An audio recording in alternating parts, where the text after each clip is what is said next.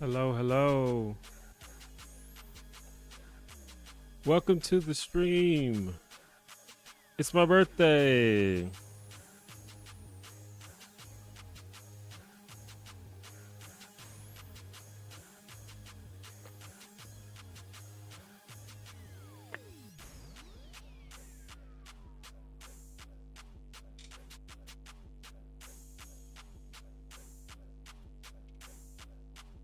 Hello, hello. Thank you, Vex. It's my birthday. Wait for some people to get into the stream. I used to do like the little stream starting screen, but I don't think that people I think when people see that, they just leave.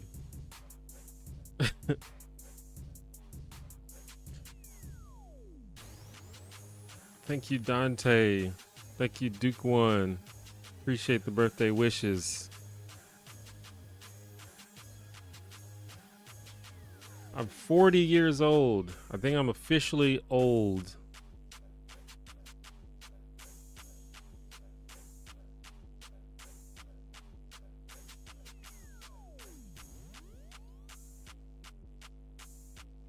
I'm sure that's a question I'm gonna have to answer a bunch of times throughout the stream, but that's fine.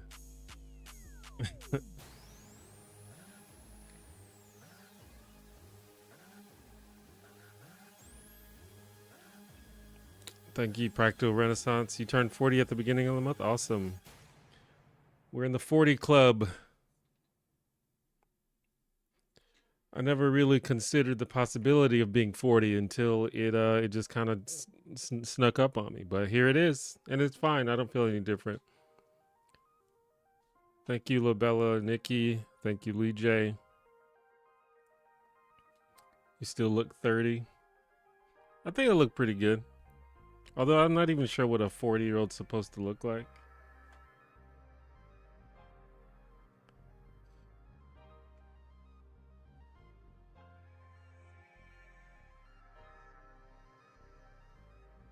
What question am I gonna have to answer? Just people asking how old I am. But that's fine. Not everybody is here that's going to be here. The answer to that question is 40 for those that didn't hear it.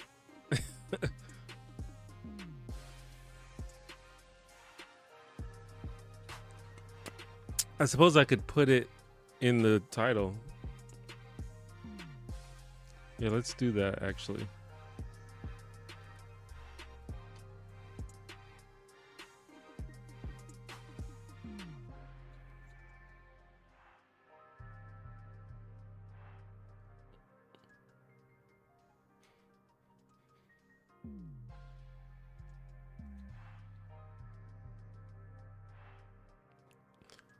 Thanks, Taryn. It was yours last week. Happy belated.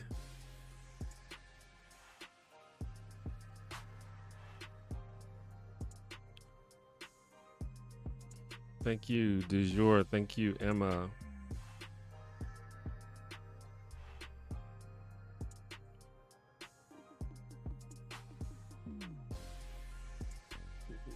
Your birthday is tomorrow?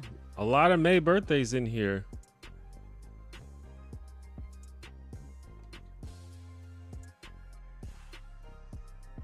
Thank you, Matthew.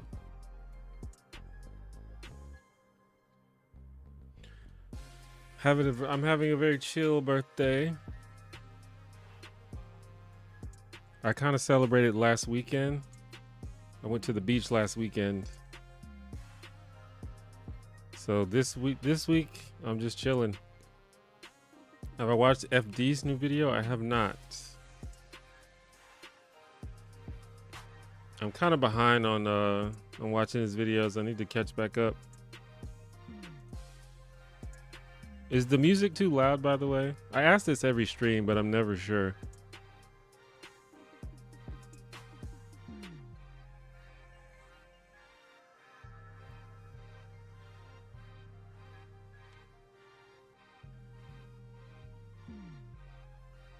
Music is perfect.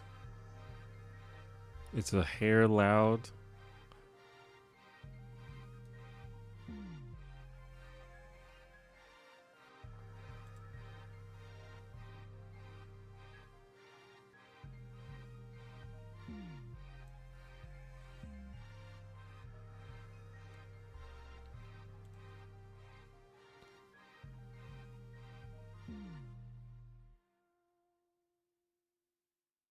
Platty Pie, thank you.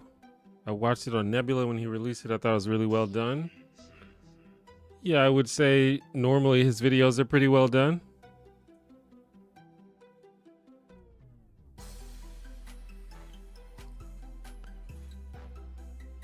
Yo, just got into your content only recently through your Daria series, but your vids are turnt, man. Keep stunting.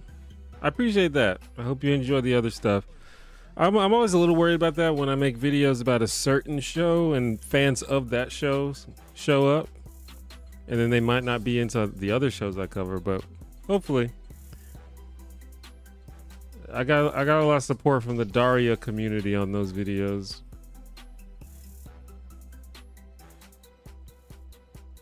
Thank you, Eddie. Thank you, Rabbit Dude.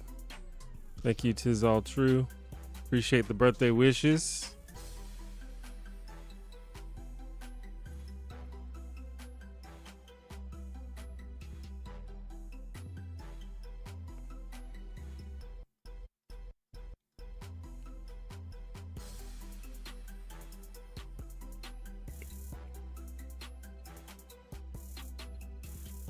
I loved your videos talking about Daria and Boy Meets World. Yeah, actually, I think those are probably the two like strongest communities that I've interacted with so far. Boy Meets World is like a really deep community these days.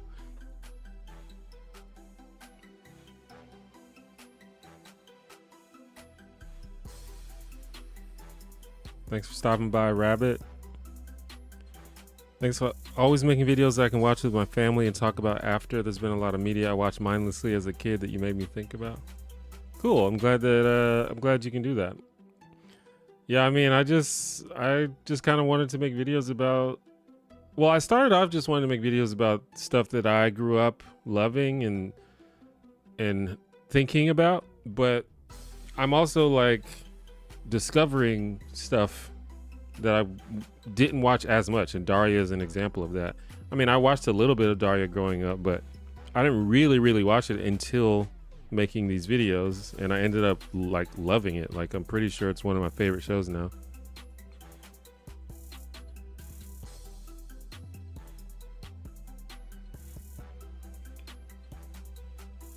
What do you mean? Thank you for the super chat. Happy birthday, much love from Australia.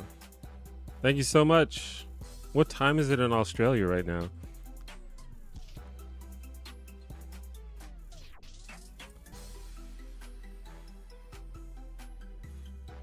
Did you do anything else for the Big 40? Yeah, basically my celebration was last week, which was also sort of Memorial Day weekend. So I decided to take that weekend to celebrate since a lot of my friends were off work on Monday. And we went to the beach. I went to the beach and hung out and relaxed, and it was fun. I was watching your channel for a long time before those, but I love those a lot. Yeah, shout out to the people that were here before the sitcom arc and stuck around anyway.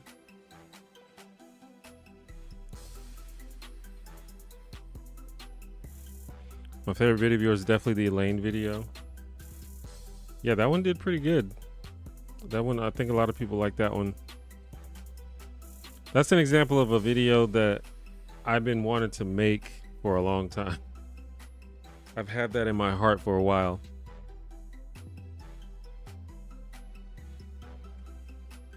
And so I'm glad that people enjoyed it, because sometimes you have something in your head and you're not sure if anyone else cares but you. So it's good that people liked it.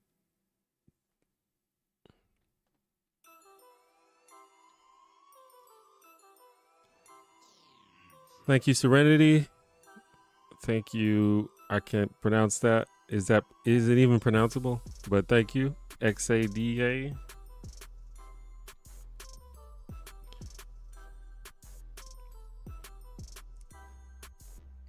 11 a.m. Cool. It's 8:40 p.m. where I'm at. Also loved your video on D&D. Awesome. Yeah, that one was like a in you know how actors say that they do one movie for them and one movie for me. That video is definitely for me.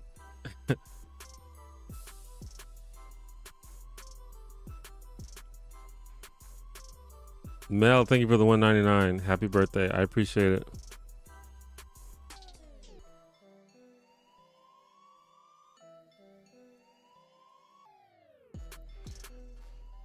I did enjoy your political content in the past, but nowadays I'm burnt out on that type, and many creators seem to be as well. I also think it's nigh impossible to do well in today's hyper irony age. Yeah, I mean, I could go on and on about the state of politics and political content on the internet these days. I'm kind of just have no desire to be a part of it anymore. But I think some of my videos that I made during that area were pretty good. And it's not like I regret making them or anything. Have I watched Parks and Rec? Yeah, Parks and Rec is like maybe my top 2 favorite shows of all time.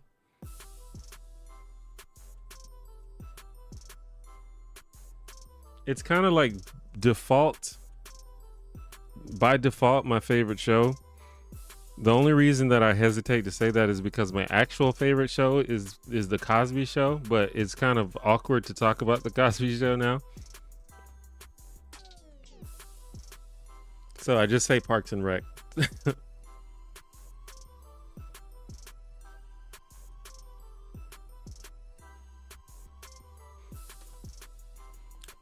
Have I seen King of the Hill? King of the Hill? I have. I love King of the Hill. I don't know if I've seen every single episode of King of the Hill, but King of the Hill is on my list of shows that I would like to rewatch and possibly do a video about. But it's there's a lot of episodes, so it might take a while. Thank you, Yaziel. Retta, thank you for the 20. I appreciate that. You gave me some great advice on one of your live streams before. Cool. I don't remember the exact advice. I remember the name, but I don't remember the exact thing I said. But I'm glad that I'm glad you got something from it. Thanks for stopping by, Taryn. It's time we reclaim the Cosby Show. I mean, at the end of the day, I've been a huge advocate of separating art from artists. Like I've always said that. It's just a little awkward. But, you know, at the end of the day, I can still watch and enjoy the show. So many people were involved in making that show other than just Bill Cosby.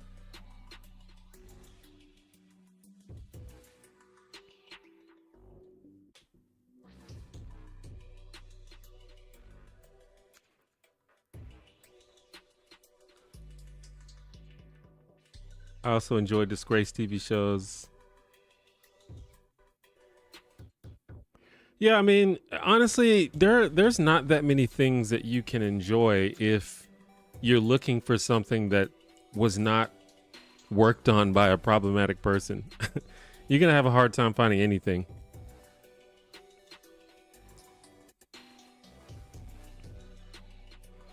Am I a fan of the show Community? I am a fan of the show Community. That's another show that I probably haven't seen every single episode, though. I'm working on that. How's life been for me? Pretty good, I guess. I don't have any major complaints. I've been mainly trying to figure out how to get YouTube popping again. Trying to figure out what kind of videos people want to watch. Outside of that, just been relaxing. Went to the beach last weekend. It was awesome. You basically told me don't get manipulated by all the tech bros hype around getting into crypto. It was really good advice. Okay. Yeah, I remember that. Yeah, I would avoid crypto if I was any of you.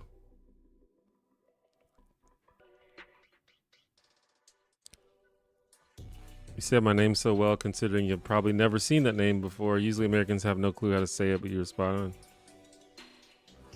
Huh. Well, that's good. I mean, I just pronounce it how it looks. I don't know how else you would say it. Maybe because I have studied a lot of Spanish, and I just pronounce it how it would be pronounced if it was Spanish. I don't know if it is Spanish. Maybe it is.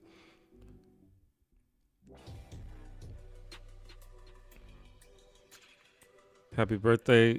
What's next? Do you feel like your goals will evolve in a particular way? I mean, my goals probably are not going to suddenly change, but I think that they always evolve over time. I think that's just part of being a person. But no, I'm just keep doing what I'm doing. Trying to improve myself. Trying to make some money. Try to, you know, make the kind of impact I'd like to make, I guess. Been rewatching King of the Hill from the beginning, and seeing it built up from the beginning is definitely worth it. As a Southerner who grew up with my community being hillbillies and immigrants. Cool, yeah. No, I mean, that's kind of the best part of this channel is like watching shows from beginning to end in context. You don't often do that. I mean, I guess there was an era where people were just binge watching old shows all the time, which I think people still do, but maybe not quite as much because there's so much new stuff to watch. But that's kind of all I do now. I find it harder and harder to separate the two as I get older. I don't go preaching or anything, but I have a hard time enjoying Michael Jackson. Yeah, no, I'm a huge advocate of separating art from artists, for sure.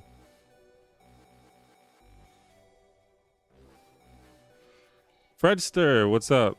Thank you for the super chat. Happy 40th. I just reached 11K subscribers thanks to your help. Your videos have inspired me for so many years, and I don't know where I would be without creators like you. Thank you. I appreciate that. That's a very kind message. I'm glad that your channel is still doing well. I checked out your channel not too long ago, maybe like a few weeks ago, just to see how it was doing. Looks like the videos are still doing well, so that's cool.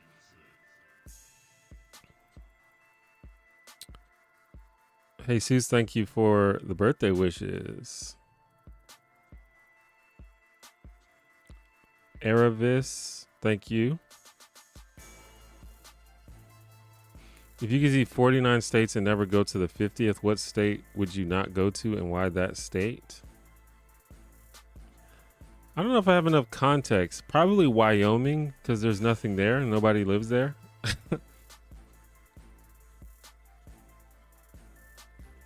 But I'm sure there's something cool in Wyoming. And I'm sure that the few people that do live there are fine. Kanye tested to separate art from art is too far. I will say, like, sometimes art and artist is completely intertwined, and it's hard to separate. You know, like if you're shitty and your music is about how shitty you are, then yeah, you're probably not going to separate art from artist. Like the example that I always use is R. Kelly. Like R. Kelly made some bangers back in the day, but I can't really listen to R. Kelly music without thinking that he is talking about a teenager in the song. So it's kind of hard to separate because it's like, oh, there's a good chance he's singing about a little girl right now. So sometimes if it is a little bit too intertwined, but most of the time you have people who are like playing a role or playing a character or, you know, just making a product that is not directly tied to the kind of person that they are. Dang, 40. I thought you were like 32. Well, you know, I do think that, I don't know, I think a lot of people think that I'm younger than I am because of just the things that I'm interested in. And I also like used to hang out with a lot of people that were younger than me.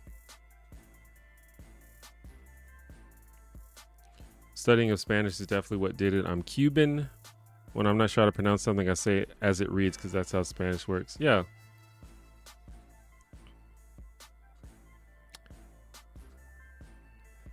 And I guess that just like my mom's side of my family is Panamanian, so I grew up with a lot of Spanish.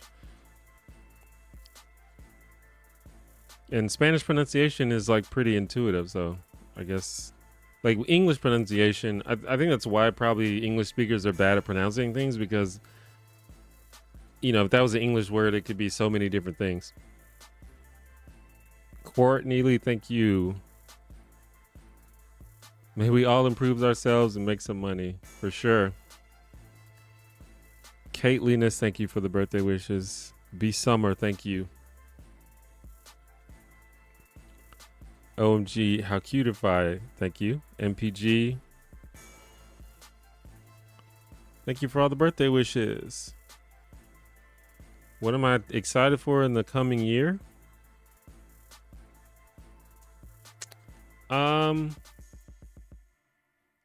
I don't know if I have anything super that I'm excited about.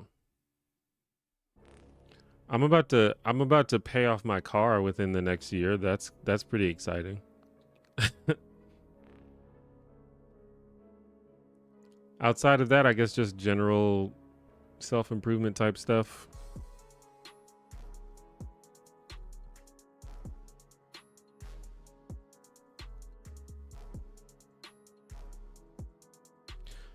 I feel like the artist is a big part of the art. Like the art is an expression of them, their passions, values, lived experiences.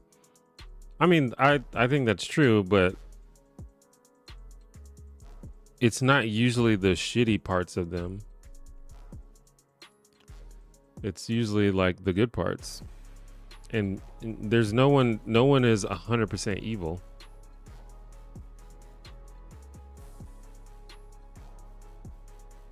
But some people choose to highlight the evil parts of them in their art. And I think that's when it gets a little hard to deal with.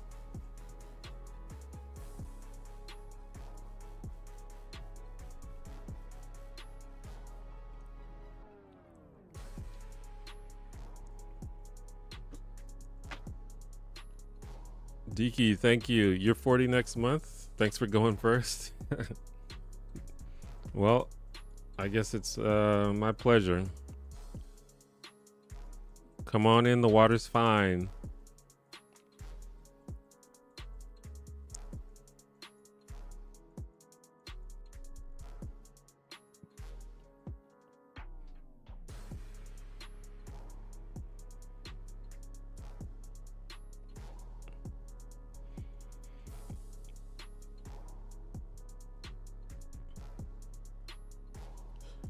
I think it's a very different experience. Like when I turned 30, I like pretty much had a panic attack because I was so like anxious about my life not being where I thought it should be at 30. But I'm chilling at 40. I'm excited for the future and for what's to come.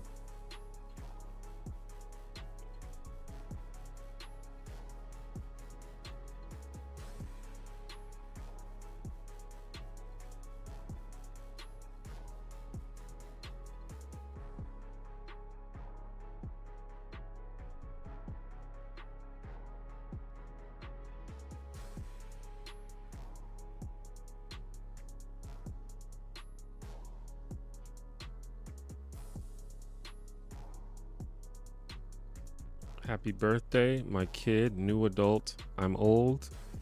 Is a video editor. Do you have any words of wisdom for them to get their freelance game rolling? Well, I guess it depends on their level of experience, but you just have to put yourself out there. You have to talk to people, like, but like, don't just like cold email random people, I would say. But like, the best thing to do is to identify a problem that you can solve. Like if you see someone who has video editing that you think you can improve upon, then you can message that person like, hey, I think I can help you with this. Here's a sample. That's something you can do. But outside of that, you just have to go out there and put yourself out there and talk to people. And a lot of people are going to ignore you, and a lot of people are going to say no, and that's fine. That's just part of the deal. Also, there's sites like Fiverr and Upwork and stuff that I think, if you have competitive fee or competitive prices and do good work, I think it's pretty easy to get some jobs on there.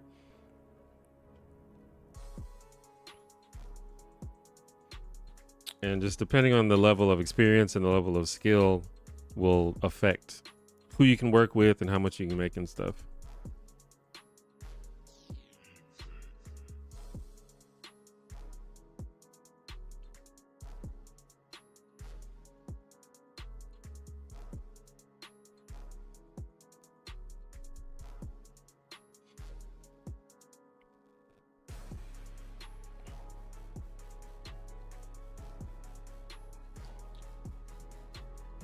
F. Pedrosa, thank you for the 5 Canadian.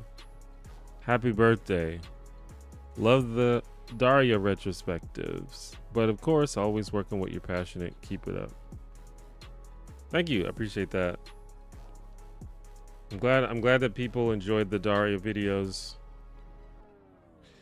Maybe I'll do another Daria video at some point, because there is more that I could say about that show. I became quite enamored with that show.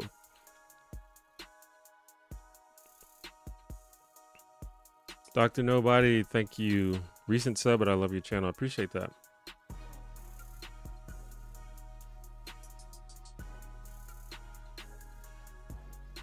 Many channels that get an exponential popularity game are stuck in a niche topic they hate, like the guy who only gets millions of views with SpongeBob conspiracy theories. Keep making vids you like.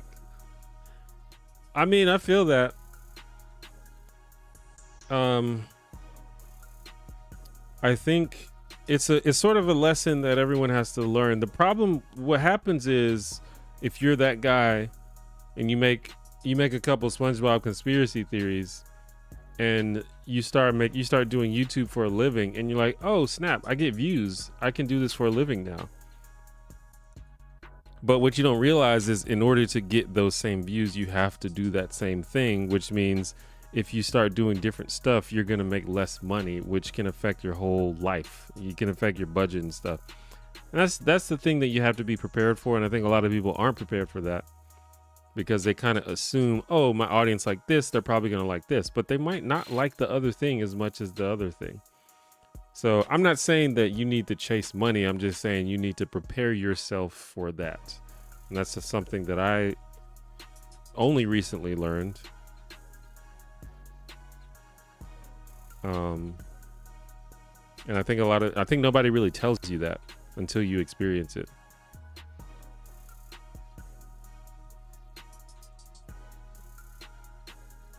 Can people email you if they want to learn how to do a video essay channel?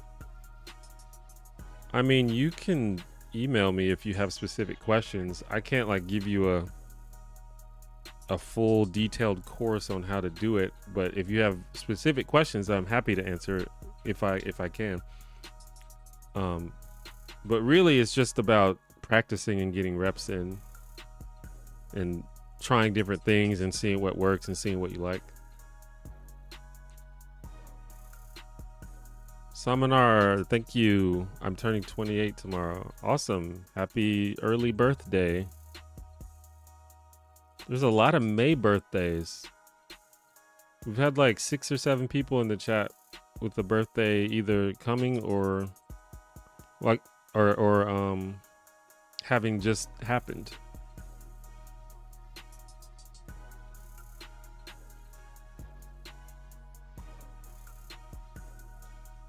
As someone who makes videos, are you nervous about how realistic AI video has gotten? It's been on my mind a lot, jeopardizing a potential career for me, you know?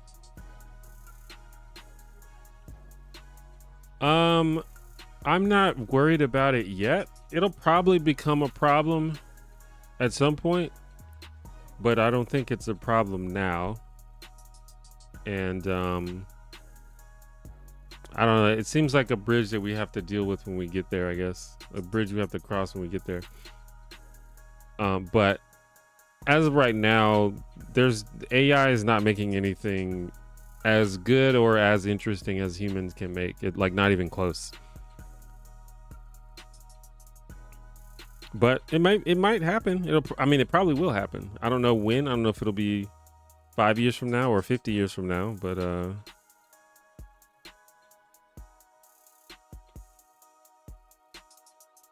it'll probably happen, and we'll see what happens. I can't predict the future. I can't really see what that's going to look like. But I would not say that I am worried about it in this moment.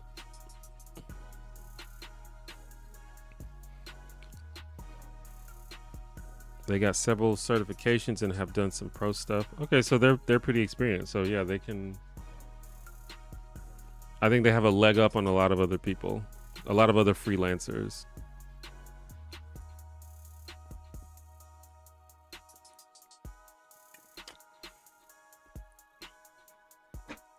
I think having us, I would imagine they have some kind of portfolio or, body of work that they can share as well, which also helps. And if they're specifically looking for jobs editing YouTube videos, that's, there's like specific resources and stuff you can look, because editing for YouTube is a specific type of thing that people are looking for compared to editing for TV or something like that. So it also helps to like know exactly what you're looking for there.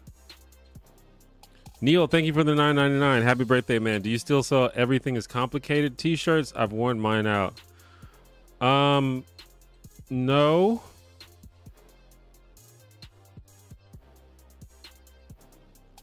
I don't know. If you really want it, I can probably put it up for a limited time. But currently it's not on the shop.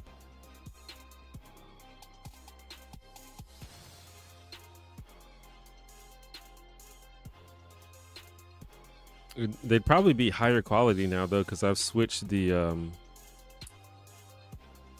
company that I make t-shirts with.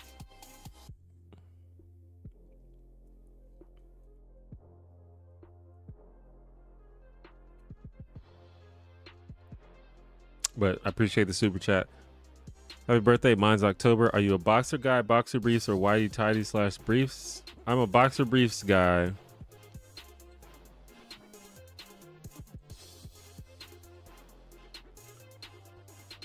Ez, thank you for the birthday wishes.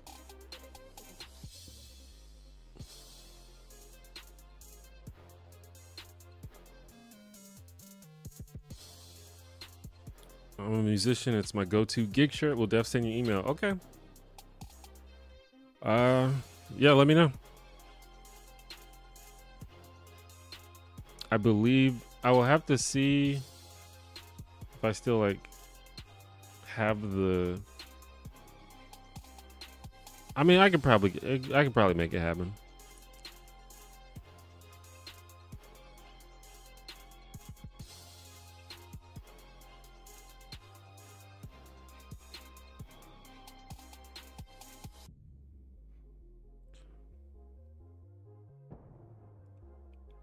Oh, Laura Natty, thank you for the birthday wishes. I know so many Mayborn people, it's ridiculous. I didn't think there were that many. Well, I thought that May was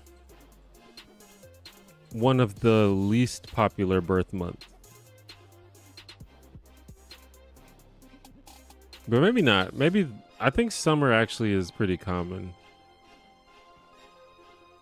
Because don't people like shack up during the winter? During the fall and winter, and that's when people start procreating?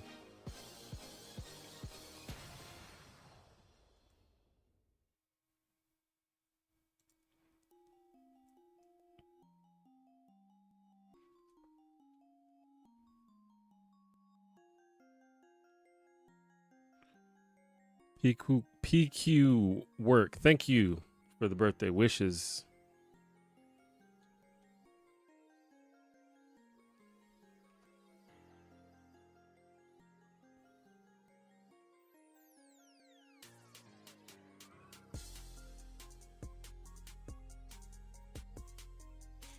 But yeah, I feel like I don't know many people in personally with May birthdays. I mean, I don't actually. That's probably not true.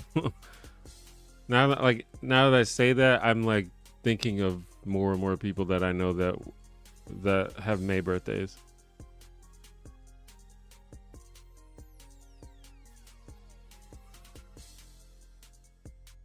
But yeah, I guess none of my close friends. Well, that's not true either.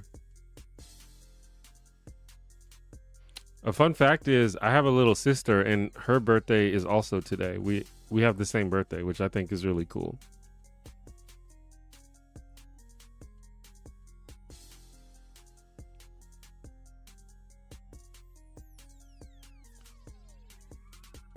Kim Sim, thank you for the birthday wishes.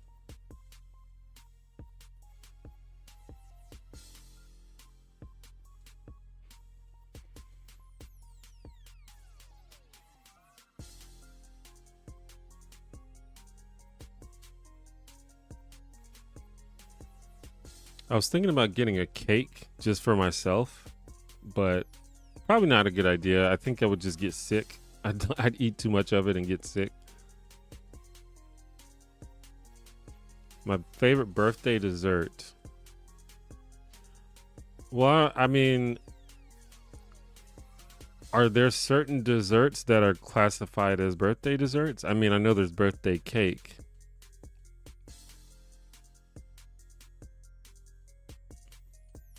But my favorite desserts in general are probably brownies and white chocolate macadamia nut cookies and cookies and cream ice cream. I like birthday cake though.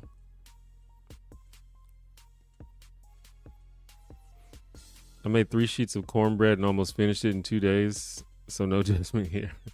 Hey, nothing wrong with that. Good cornbread goes hard. I feel like not a lot of people are very good at making like really good cornbread, but when you find someone that is really good at it, it's like amazing. Leetness, thank you for the birthday wishes. I have the same birthday as my dad. I don't know the odds on that. Yeah, that's cool. I think it's cool when you share birthdays with like friends or family members.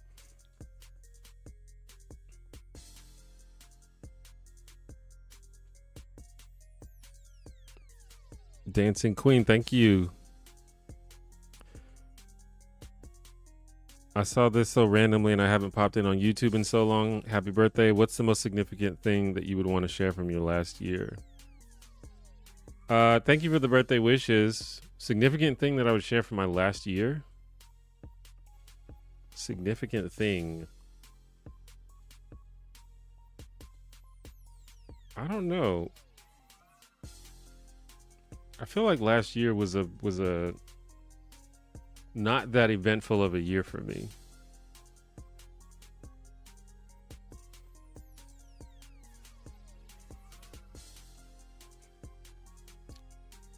I don't know. I'd have to think about it. I went to the beach last weekend, which I guess technically counts as the last year, but I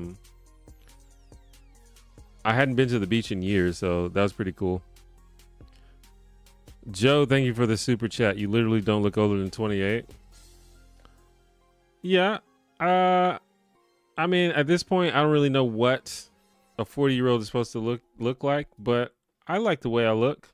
I don't think I look old.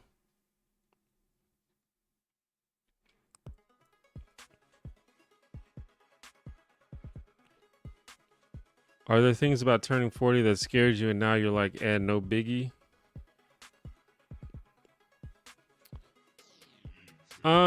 Well, I don't know if there's anything specific, but I used to be like very, very, very, very anxious about being in a certain place in life by a certain age. And like, I don't know if you heard earlier, but I said earlier that when I turned 30, I pretty much had a panic attack because I felt like I should have been further along in life. And that's not really a thing I think about anymore. So I guess that's an example.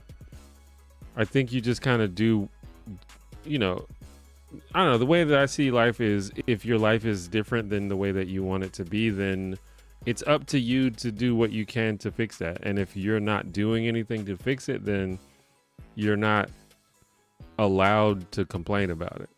Or at least that's how I feel about myself. I won't tell anyone else how to feel, but that's how I feel, that if I'm not doing anything to change my circumstance, then I am not allowed to be upset about it or to worry about it. So that's different. I kind of didn't feel that way 10 years ago. YouTube for sure, still figuring out what the ultimate goal is. Yeah. I'm trying to think if there's any resources. Like, there's like, and it kind of depends on the arena that you want to get involved in. But yeah, I mean, it's just one of those things you probably just have to do research, but there's tons and tons of like educational resources about how to make YouTube videos, basically in like the best practices for making YouTube videos. And I think there's just kind of too much of it for me to like recommend it, but it's easily found. Cake freezes well, get your cake. Yeah, the thing is, I'm not gonna freeze it though. I'm gonna eat it. That's the that's the problem.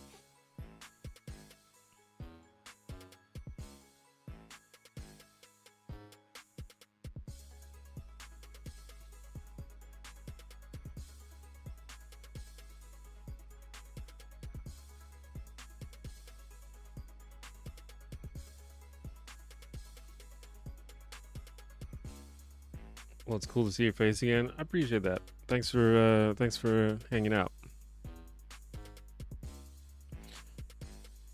Oh yeah, that happened to me at 30. Everyone in my circle told me I was making a mistake going to school, but I went and it's going good. Yeah, I mean, you just got to do what you got to do for the things that you want. I feel like what you do in life is figure out what you want. And then once you figure that out, then figure out what you got to do to get it. And then sometimes it's a cycle where you figure out what you got to do to get it, and you realize, oh, I actually don't want to do that. And then you go back to step one, figure out a new thing that you want, and then figure out what you got to do to get it.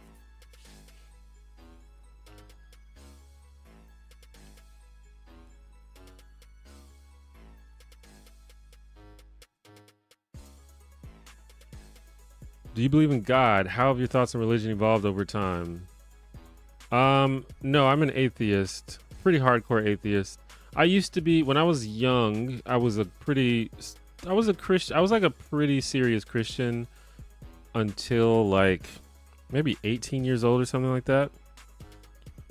When I was younger, I basically,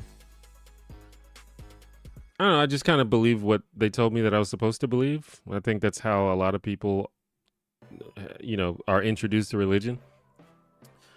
And kind of over time, I just wanted to think more critically about religion, basically. That's just kind of the way that my brain developed, is I just became a person who became interested in critical and rational thinking.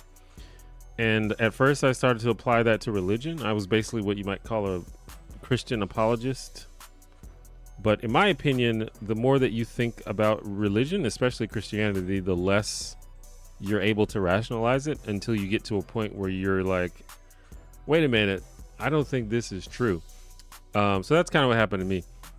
And I used to be a pretty obnoxious atheist. I'm sure you've encountered those kinds of people. And I used to be that guy. I'll admit it. But nowadays, I don't even really think about religion or Christianity that much at all. It's like just not part of my day-to-day life.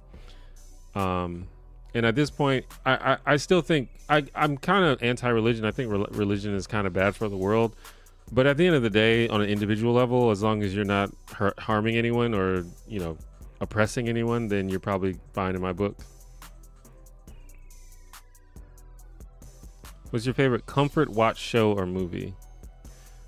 Probably my favorite comfort show is Boy Meets World.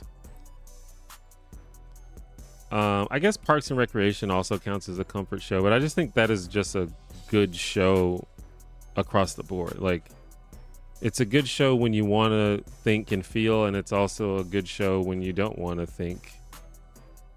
But if you're just talking about the show that you can just put on when you don't want to think about anything and it's just gonna give you the warm fuzzies, then probably Boy Meets World. Movie, I guess there's a few. Probably the biggest ones are Rush Hour and Scott Pilgrim versus the World. Pet Lover, it's my 46th birthday. Best day to be born. Happy birthday to you. We got birthday twins up in here.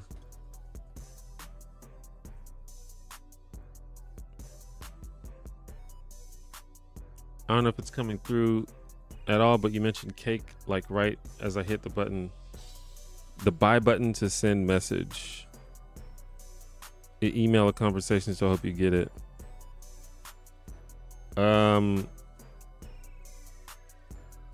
Wait, what happened? Did you buy me cake? I guess I have to see the message. I'm not sure.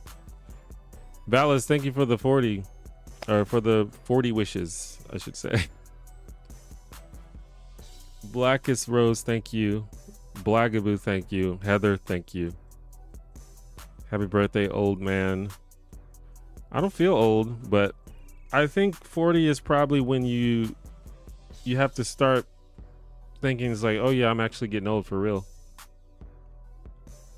I can remember as early as 24 thinking that I was getting old, which sounds ridiculous now, but at this point, I don't think it's ridiculous anymore. It's like, oh yeah, we're getting old out here.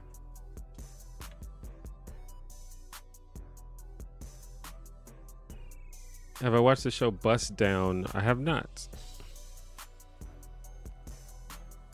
Thank you, Red Lego. I've enjoyed so much of your vids. I hope you're enjoying your big day.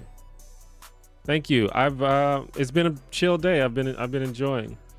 I did my major celebration last weekend. I went to the beach with some friends. So this week I'm just chilling. Crystal, thank you so much. Favorite news show? I don't watch a lot of new shows. I don't know. Maybe the newest show that I've checked out is Abbott Elementary, and that show's fine. I haven't watched all of it. Joe, thank you for the super chat. Random, I know, but thoughts on Berserk? I don't really know much about Berserk. I think I watched some of the anime a long time ago.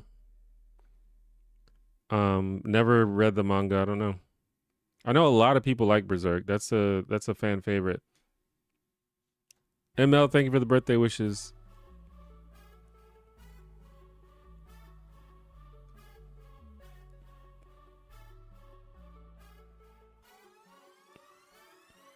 Callie, thank you for the 5. I hope you had some cake today. If you didn't, I hope you had some other food item you really enjoy to celebrate. Thank you. No, I didn't have any cake. It's a bad idea for me to get cake, I think. Or if I can find a way to get a small amount of cake, then maybe I can do that. But if I get like a full cake, I'm probably gonna eat half of it and get sick. Sometimes you just gotta know yourself. You gotta know your own impulses.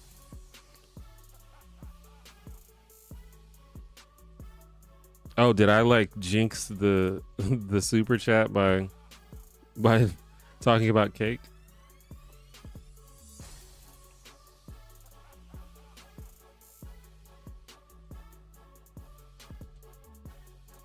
It's a blessing to get to grow old. I think so. I agree. Old is a mentality. Yeah, I mean, it is to some extent. I mean, there are definitely physical aspects to aging, but that's also something that you can work on, you know? it's actually very important to me that I don't become like decrepit and immobile. I wanna be active and healthy for as long as possible. Frankie, thank you for the birthday wishes.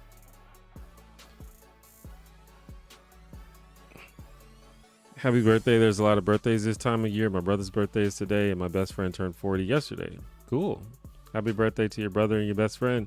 Yeah, that's what I'm learning in this this stream. There are a lot of May birthdays.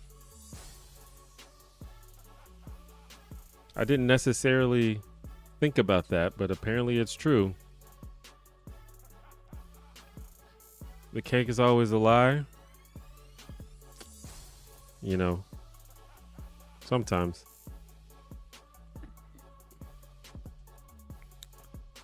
Turning 40 in July. Happy birthday. Thank you. Happy early birthday to you. I hope you hope it ends up going well. Old is a metaphysical state, but the mentality can weigh you down as much as time and gravity. Well, mentality is everything for sure. I definitely agree that mentality is everything in life. That's if there's anything that I've learned in my 40 years of age is that your mentality kind of determines everything. And I think unfortunately a lot of people have negative, self-defeating, pessimistic mentalities, and I just don't think that's a good way to be.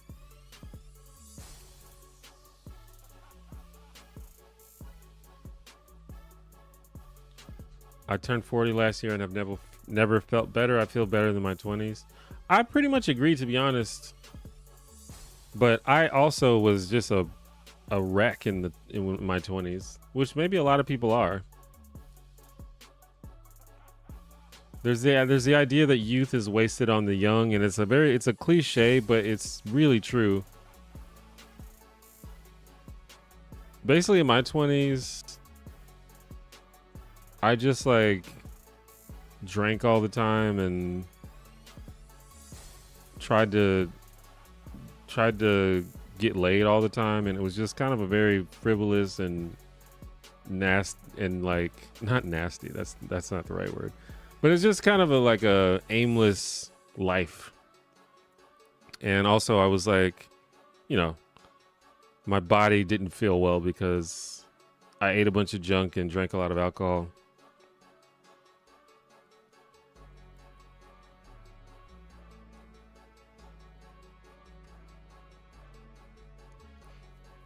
Any highlights from your 39th year?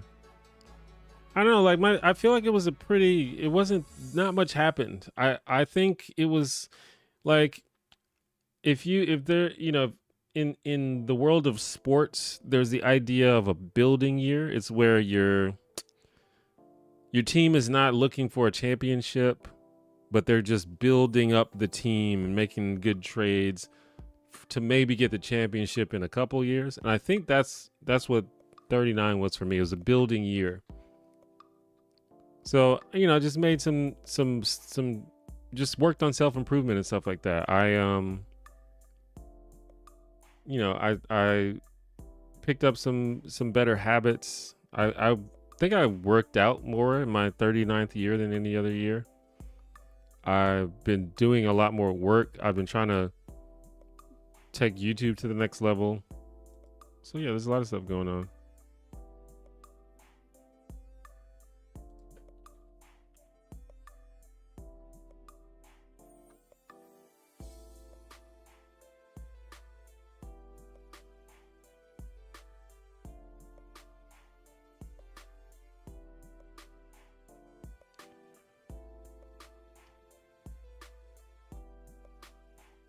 I know people who kept going to college lectures and dating and traveling well into their 90s. So I think a lot of age is what you make of it.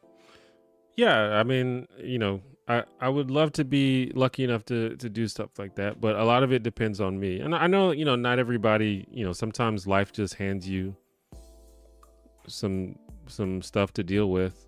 So you never know what can happen. But I do think a lot of it is based on you and what your mentality, and, you know, you got to take care of your body.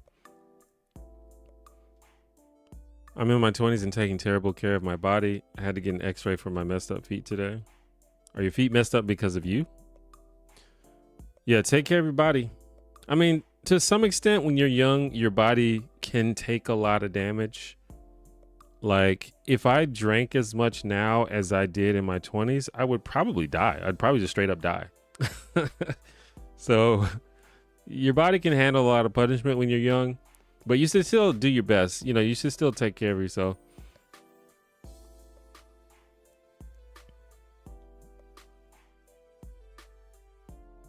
Alex, thank you for the birthday wishes. My family has so many May birthdays. Dad, brother, grandfather, the 4th, 15th, and 8th. Having that many Taurus men in the family was watching triple-decker stubbornness. Yeah, yeah, I guess there are a lot of May birthdays. Wow. My 20s were absolutely brutal. Yeah, I think it's probably a common story. I'm beyond happy social media didn't exist in my idiot 20s. Oh yeah. Whew, I would have been a mess. I mean, social media all like bothers me now. Like, social media has affected my mentality in a negative way now. I can't imagine what it would have done to my 20s. I think if I was 20 now, I'd probably be like an Andrew Tate fan or some dumb shit like that.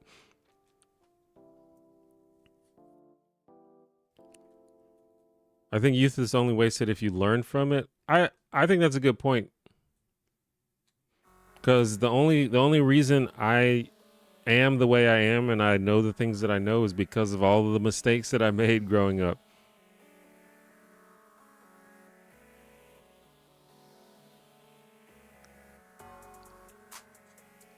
I like the wisdom of age. My body aches a bunch. Even being active, I've exchanged the pain from reckless living for the pain of being active. Yeah, I mean, I get that, but the pain of being active is good for you. The other one is not good for you. So, but that, yeah, you know, at the end of the day, aging is aging.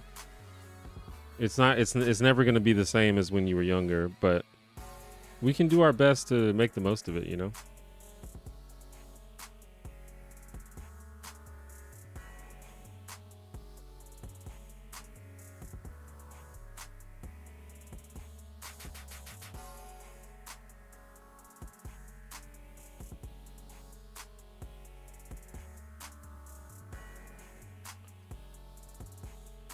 Who wins in a fight, Michael Jackson or Jackie Chan? Can Michael Jackson fight? Actually, I think I've read or heard that Michael Jackson actually could fight.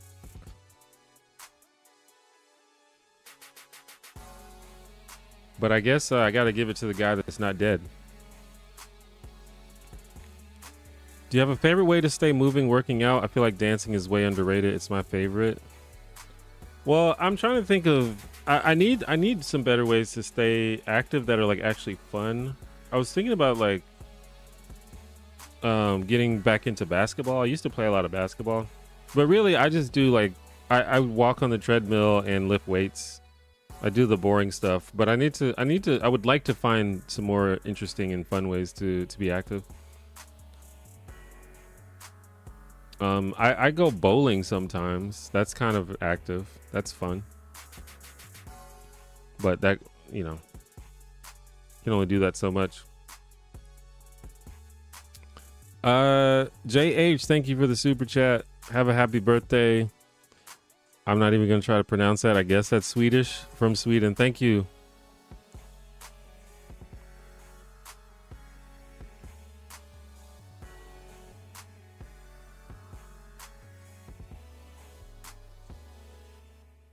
Yeah, my 20s were brutal too. So glad there's very little evidence. See, that's the problem with me. There's a lot of evidence of my 20s. That's why I said that I probably could never run for office, because there are so many, maybe not videos, but there are so many photos of me like wilding out in dive bars and stuff. I mean, none of it is like too incriminating, but people could try to use it against me maybe. Life path number? I don't know what that is. The pain quickly turns into a natural high, but you have to get through several months of gradual activity, brisk walks or some shit.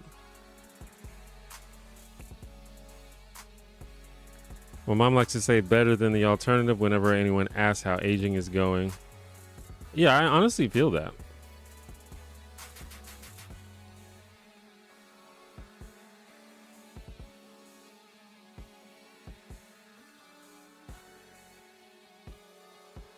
Can't get in your head about the number of years, just have to enjoy what you can. Yeah, I agree. I think just, at least for me, like keeping myself busy, keeping my mind occupied is just a good way to not think about that sort of stuff. Just I feel like there's always something to work on. So it's just so inefficient to sit around like worrying about stuff when there's things you could be doing, you know? There's like always something you could be doing to be productive or to improve your life or to learn something. It's just always, or just to have fun, you know?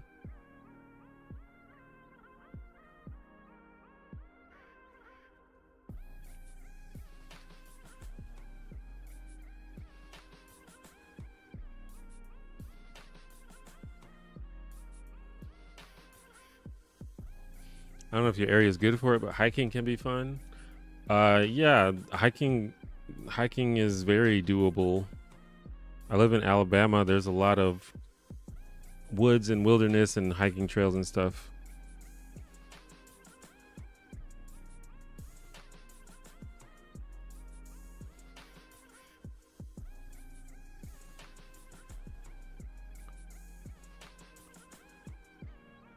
That makes me want to play Wii bowling again. I feel like most people aren't very active when they play Wii bowling though. You just like sit on the couch and like flick your wrist a little bit.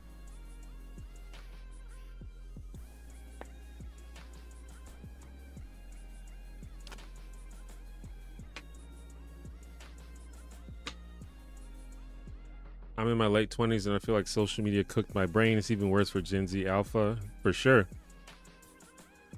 Yeah, I can't even imagine what it's like to be a person who just, like grew up, who was like born after social media. That's wild.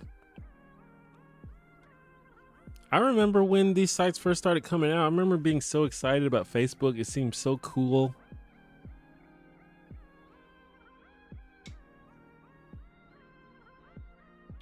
Turns out it was a mistake.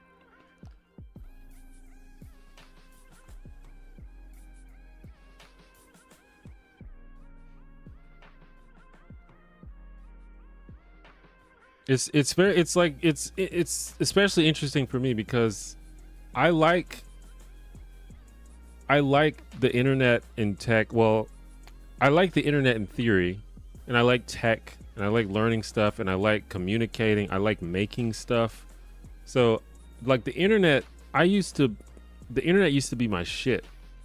Like I was the guy. Like you remember when the internet was like, the internet was the escape from the real world. Now the internet is the real world, basically. But the internet used to be something that you did to escape, something you did for fun, and that was like probably my favorite thing to do for fun was go on the internet. So I'm like in this weird position where I'm like so ingrained into the internet, and I like the idea of these networks and communicating with people and creating things, creating content. Like that's my jam. But it's been ruined.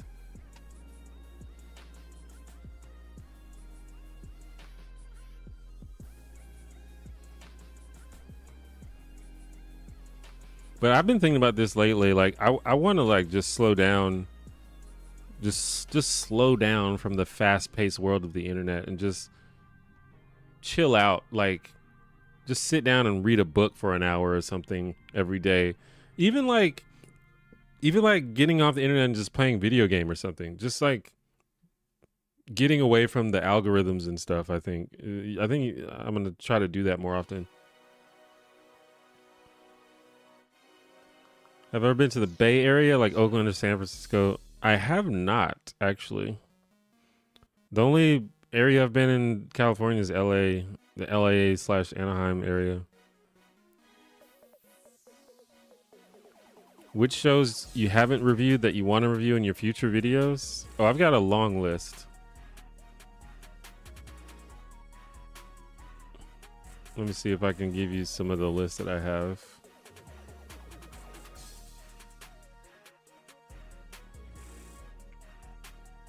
But like some of the shows are, I don't know if I'm going to do it because they're long, or I don't know if I have anything to say about them, but let's see. I got Married with Children. That's something I want to do. The Nanny, The Wonder Years, Malcolm in the Middle, Power Rangers, Goof Troop, The Boondocks, Community. I already said The Nanny. Reno 911, That 70s Show. I got a list.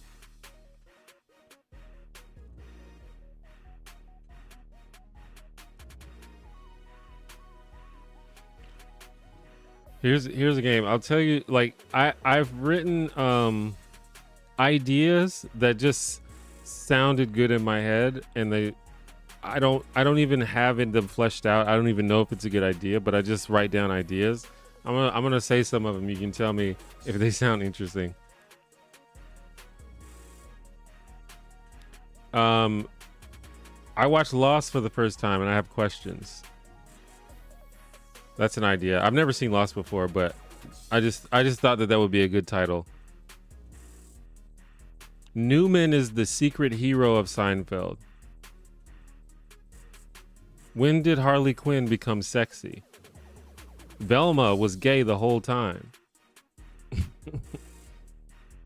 Peggy Hill is the worst. I think that would be a good video because Peggy Hill is kind of the worst.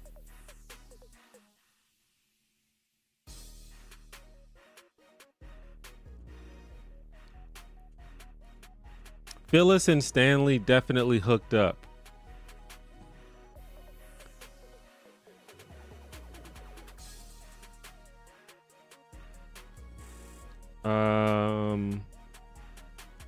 Let's see. I have a lot of them, but some of them I don't want to reveal.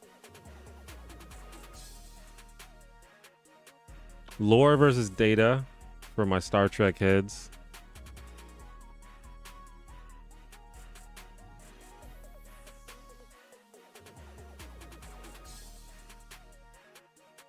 Brave Little Toaster is terrifying. Anastasia is not as good as you remember. Yeah, those are some of the ideas.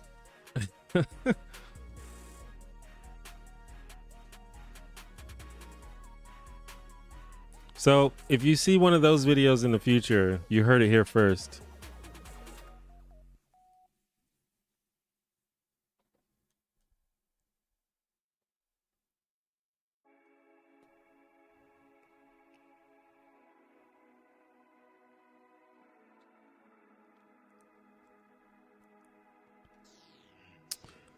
Okay, I missed a lot of comments because I was looking at my ideas.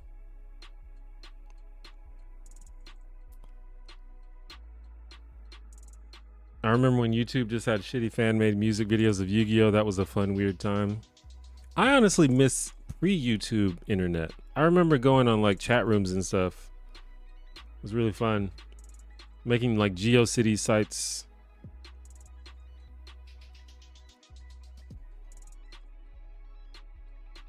I'm trying to make the switch from Windows to Linux, not to the same extent, but it's making me fall in love with tech a little bit more. I have literally never used Linux before. I should try it out.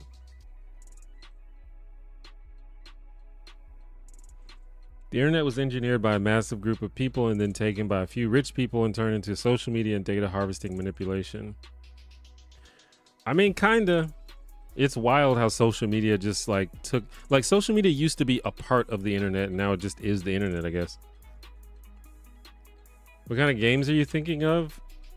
I don't know. Like, normally I would not say I'm an RPG person anymore. I used to be, But the reason I would say I'm not an RPG person is because they take too long to play and I'm just constantly distracted. But the whole point is for me to distract myself less. So maybe if I do that, maybe I could play an RPG.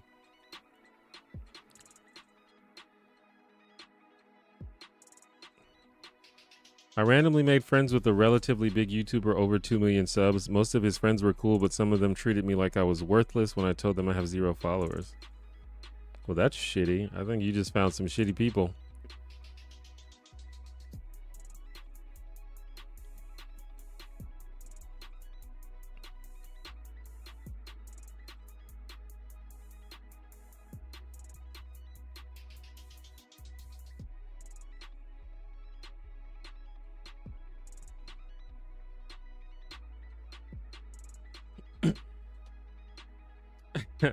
See, people agree with the Peggy Hill take. Yeah, she's she's kind of the worst.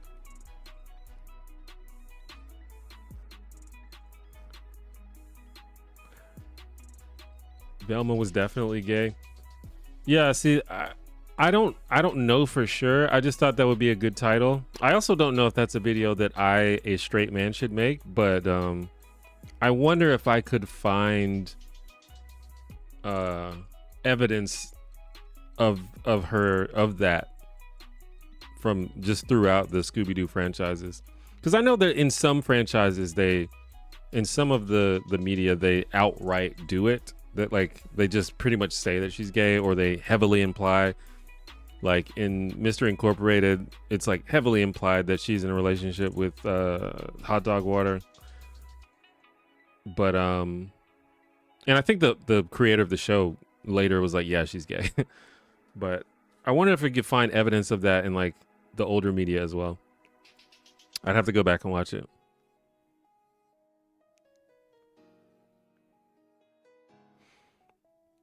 I'm clicking on the Phyllis and Stanley one.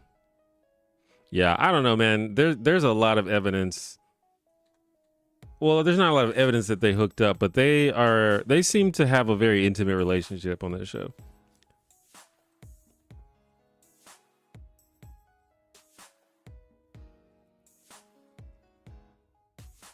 Brave Little Toaster is 100% terrifying. Yeah, that show is wild. Or that movie is wild. I love it though. Feliz cumpleaños. Thank you. Yeah. The premise of the Lost idea sounds like the ultimate secret to getting creative, deciding to have questions before even knowing what to ask. Oh yeah. That's something I learned as a creative person. And this might be good advice for any other creative person. Like inspiration and motivation is like, it's like bullshit. It's not, it's a trap. Don't like wait for motivation. Just start writing stuff down and eventually something will click.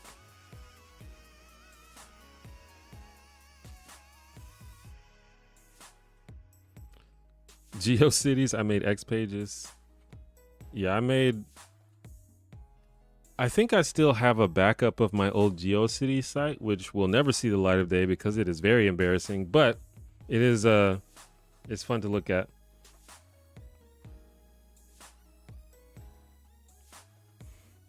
The last bit of the internet was the search engine replaced by a bot that uses legal loopholes to plagiarize and keep us off the internet. I'm the same with JRPGs. Used to be my favorite genre, but not anymore for the same reasons. Yeah, I want to find, if not an RPG, just like a solid single player game to just like get lost in and just play for like 50 to 100 hours. But I just really need something that will capture my interest. Bishop and John, thank you for the birthday wishes. Flash animation, Homestar Runner. Oh yeah, I remember those days. Man, I watched so many Flash animations. I actually tried my hand at a few Flash animations. I just like making stuff, so that was just another opportunity to try to make stuff. But animation is hard work. I have such deep admiration for animators. It is so much work.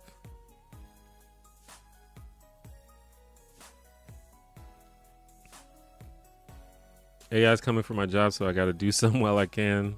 Happy birthday again. All right, Jessa, thanks for hanging out. If you like deck building games, there's this game called Inscription that slaps. I should check that out because I love Balatro and I love Slay the Spire.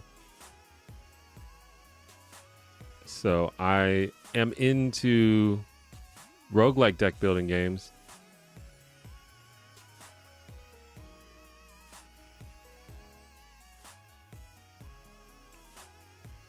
I don't think the internet is social media. It's just that we, the users, have stopped searching for the new. We keep on going back to the same places over and over again.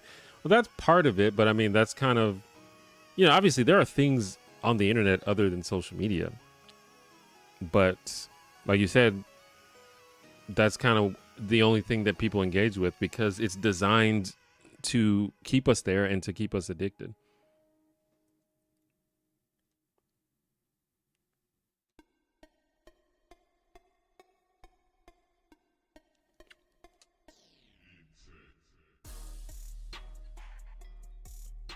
Come back to politics, brother?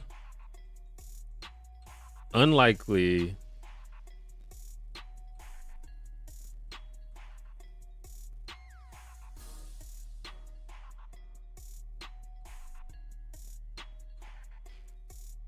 It's the thing. You know, I still think about politics all the time. It's hard not to. And every now and then you'll see me like make a post on Blue Sky or on Reddit that's political in nature. So it's not like I've become apolitical, but it's just you can't really talk about politics on the internet. It just doesn't work. Even if I did come back and make videos about politics, it would, you know, some people would appreciate it for sure, but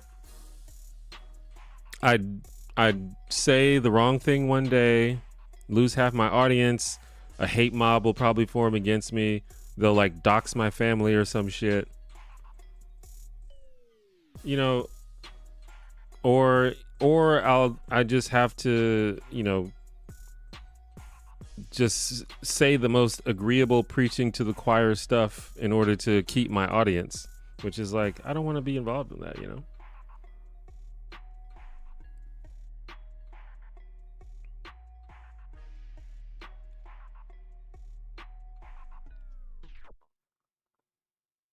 I feel like they were all asexual in the original. Probably. I mean, you're probably right. But you know, you never know. Sometimes there are hints of things in those old cartoons that we didn't notice as kids. But yeah, I haven't seen it in a while, so you never know. Have you played Slay the Spire? Yeah, I love Slay the Spire. Have you... I'm trying my best to write every day. Hopefully I'll cook up some cool stuff in time. Yeah, always write something. Don't wait for inspiration or motivation. That's all I'm saying. Always write something. Just write, even if it's really stupid, write it down.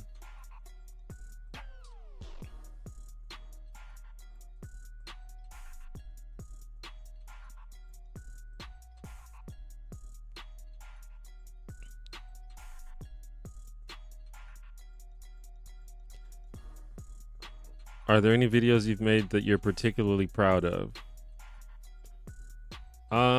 I think that the best video I've ever made is my Scrabble video. I think that's like easily the best video that I've ever made. But it's also a video that did not get very many views, relatively, which is kind of, you know, that's how it goes on YouTube, I guess. Your videos are the only ones I have to watch as soon as they get posted. Thank you. Thanks for making such thoughtful content. Thank you. Thank you for the kind words. Witcher 3 has a massive world to explore and it's a delight. Yeah, something like Witcher could be interesting. I actually started playing the story mode on GTA 5, but I don't know if I'm going to keep up with it.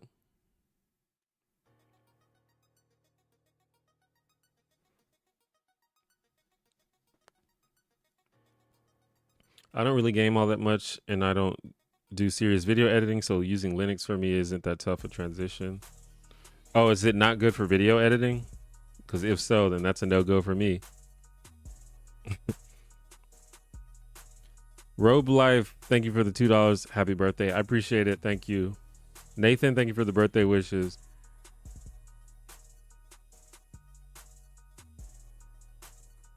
Inscription is so fun. Just be careful looking it up because spoilers. Oh, is there a story? It's a deck building game that has a story? That's cool. Queer coding is absolutely a thing, and being a straight man doesn't disqualify you from talking about it. I, as a gay woman, would love to hear your take on Velma and even the Hays Code in general. I mean, yeah, maybe it's possible for sure, but it would probably be better if a queer person made that video. But maybe they won't make that video. Who knows? Or maybe it's already been made. I don't know.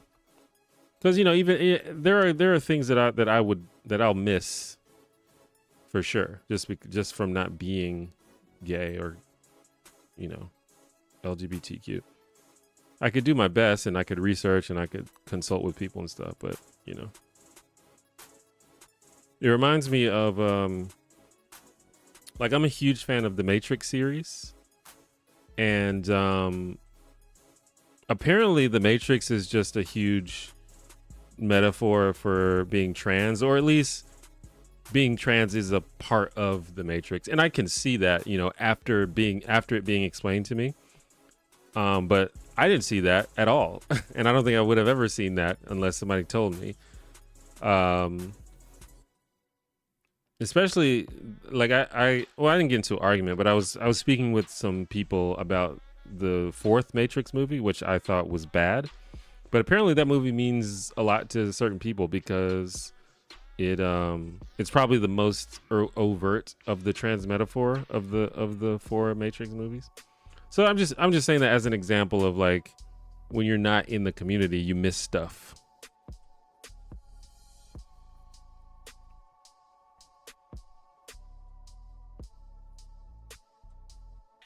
When does your latest Nebula video come to YouTube? Bro, this video is giving me a hard time. I'm having copyright issues. As soon as those copyright issues are settled, then it'll be on YouTube. But it should have already been live. I'm just having issues with copyright. I'm waiting for these people to get back to me.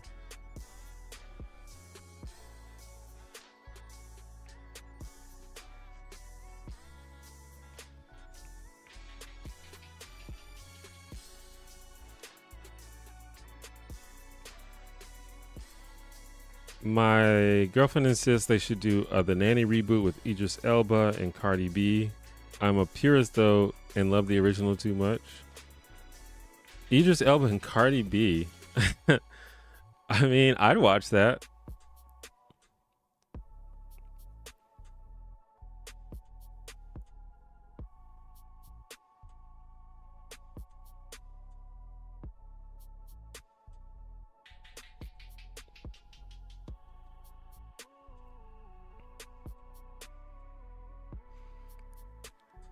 Sad Boys went on Hassan's podcast and were like, we agree with the audience.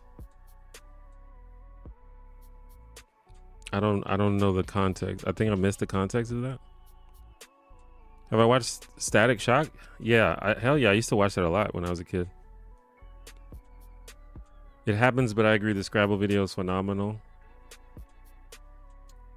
Yeah, I mean, at the end of the day, it still was a good video and I'm glad I made it. Not everything, I guess, is about views and money. Is there anything you want to experience in a foreign country that you'd like to do already in the US? For example, going to concerts or sports events has a different vibe depending on the country. I don't know. I don't really have a context for what it's like in other countries to do anything.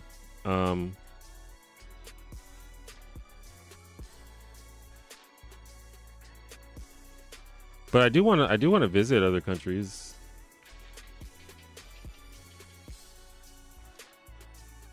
I would love to see what like the nightlife is like in other countries.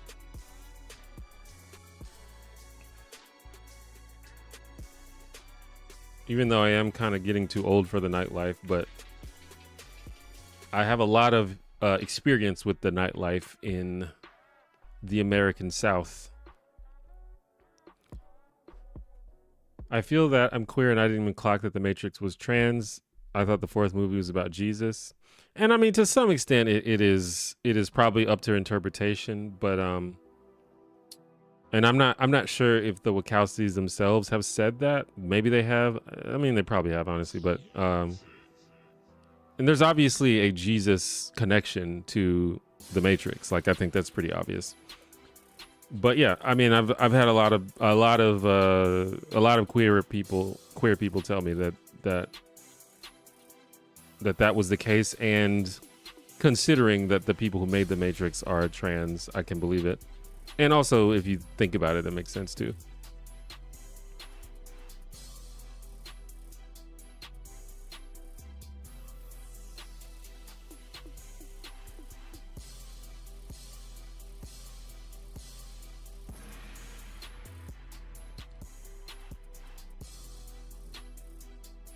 I think The Matrix is much like most movies, is about a lot of things. It's not about one thing.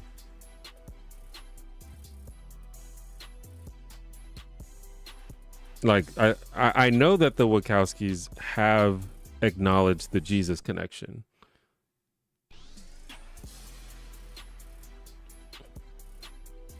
But it's also pretty obvious if you like watch the trilogy.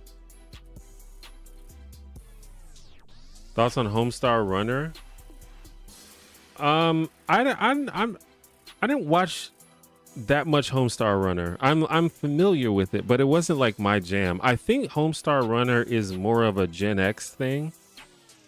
And I'm elder millennial, so I'm like on the cusp of Gen X, but it wasn't really my jam.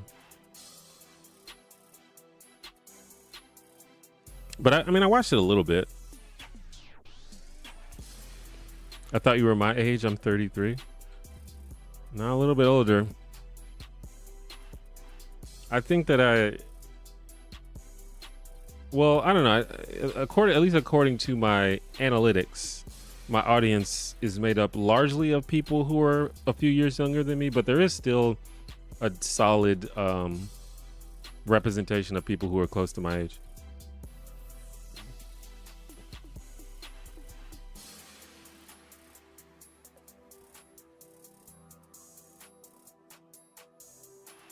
The Sad Boys thing was a joke they made about not wanting to put their foot in their mouth on live, which I felt related to what you said about not wanting to say the wrong thing. Oh, yeah. Yeah, I mean, I figured it was related to that, but I figured that I may have missed more context. But yeah. It's a real thing. Like, they're joking, but that's a real thing. Especially if you're talking about politics.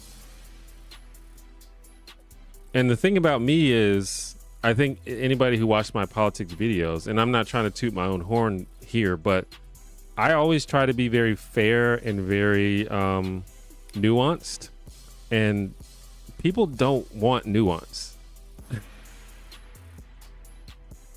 especially on certain topics. There are certain topics where in many people's eyes, there's a good guy and a bad guy, or there's a good opinion and a bad opinion. And if you don't have the good opinion, you're just wrong and bad, and maybe you deserve to be violenced in some way.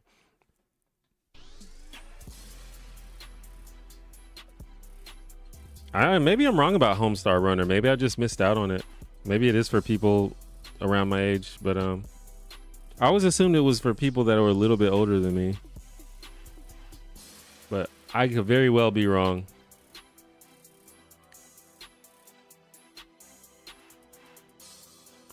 The Matrix is a good trans allegory, but I also agree with D'Angelo Wallace that it ruined an entire generation.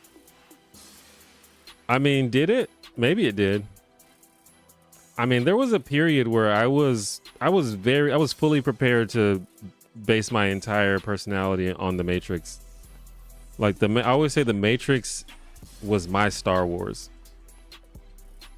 But The Matrix did not persist in culture as strongly as Star Wars did.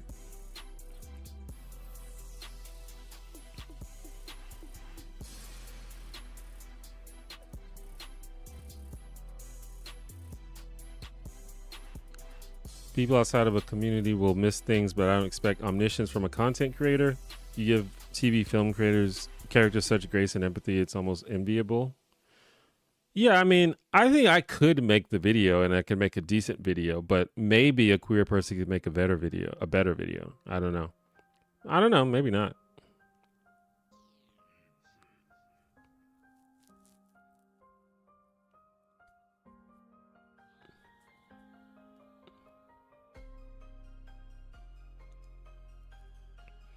People say they want nuance, but most can't handle it, especially on social media. Dang it, I do want nuance. That's one of my favorite things about your channel. Well, I don't know. Maybe something that I could do is make private videos only for the people that want it. But I definitely am not. I couldn't put it on YouTube. But I would have to think about if I even want to do that, because I still don't trust it. Even if I like had a specific, like if I made a sign up list of people, it's like who are only interested in nuanced, thoughtful videos that try to be fair and think about things from many different angles, I still don't trust that everybody would be interested or that everybody will be cool with that. I feel like I would still say something that people didn't like and then would go start some shit about it. But I've just become so jaded because of the way that the internet is.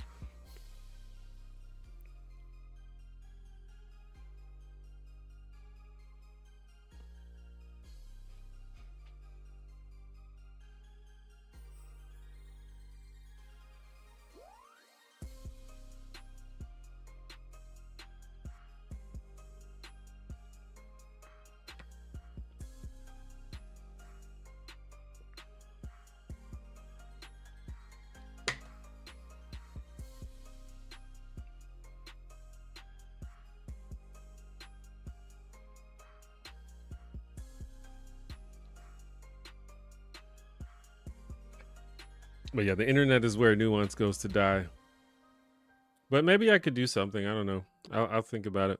It would have to be a private thing though, like a private blog or something, or like a I don't know. I don't trust it. It'll be like when I used to do politics, there used to be people who would literally pay me money to join my Patreon and then talk shit about me in my Patreon. It's like they're literally paying me to talk shit about me.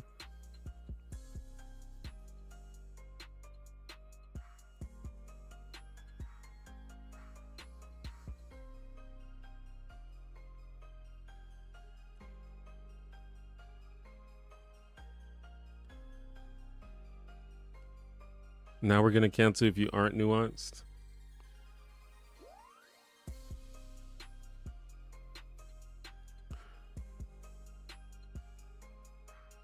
Well, I mean, if only things work that way. Starting shit is definitely a pastime. Yeah, but I mean, to some extent, I might just being a little overly cynical, but maybe not.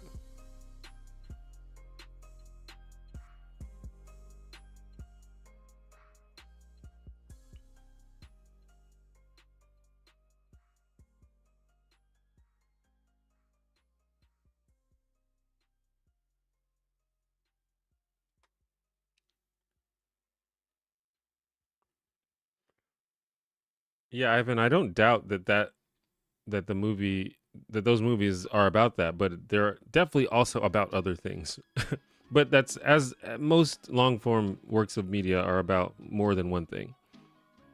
There's tons of philosophy in that movie.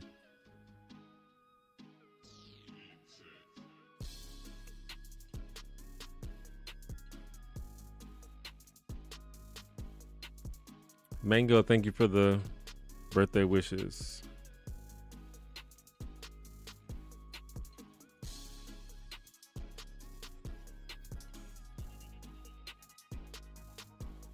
Cornudo, thank you. Seeing people I subscribe to in my teens get into their 40s still fucks me up despite being 32. Yeah, I know what you mean.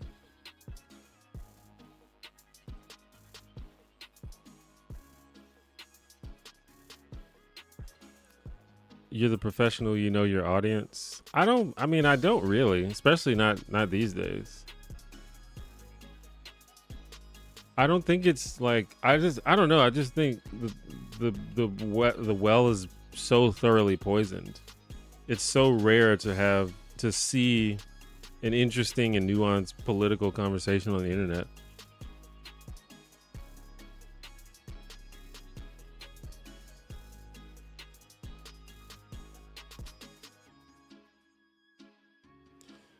I was writing a script for a video on the de-evolution of black culture and subsequent rise of N culture, but dropped it over reservations I had as it pertains to what audience would be receptive to it.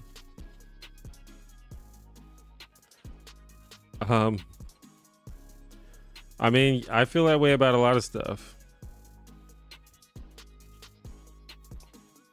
Maybe call it something other than N culture. Is that like a term that people use? Upside to making it entirely private, at least you're getting paid for dealing with that shit. Yeah, it's not worth it though.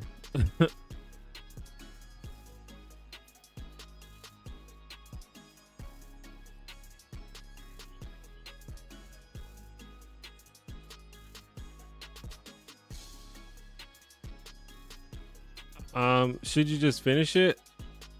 I mean, it's up to you. You do what you feel like you want to do, but the concerns about the reception are valid, and if you don't want to deal with a certain reception, then don't do it.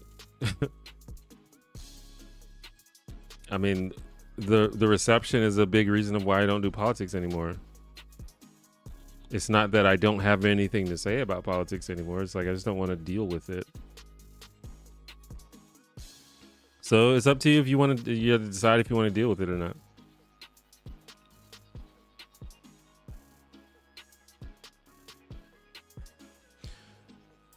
This is going to be a biased sample. We're literally in the live. We can be fans of nuance all we want, but when someone gets mad about the nuance, that's going to be directed at you. Yeah, for sure. But you know, if I did it, it would be a biased sample because it would be private. That would be the only way that I would do it. I pretty like 99% sure I'm never going to do like public politics videos anymore. Unless like the landscape of political discourse changes, which I don't see happening anytime soon, but you know, it's possible.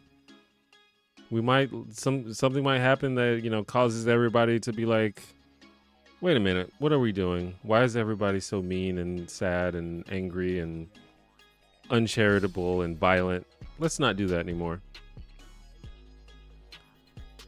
So if that happens, then maybe. Scott, thank you for the birthday wishes. Death Saw, thank you. Satire, thank you.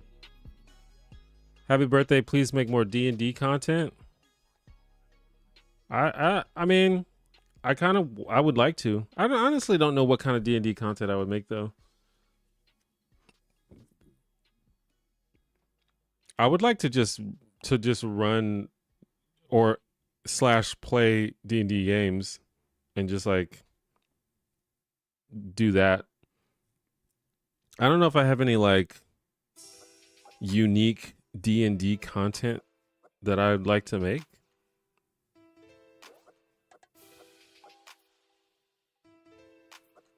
But I like to play.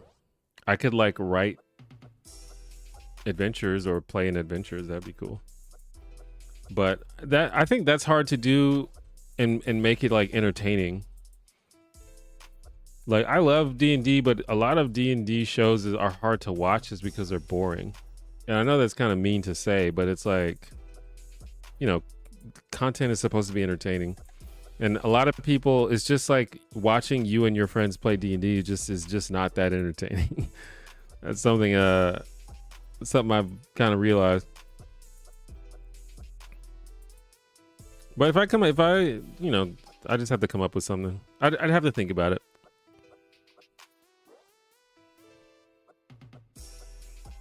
Thoughts on Common Side Effects, the animated show?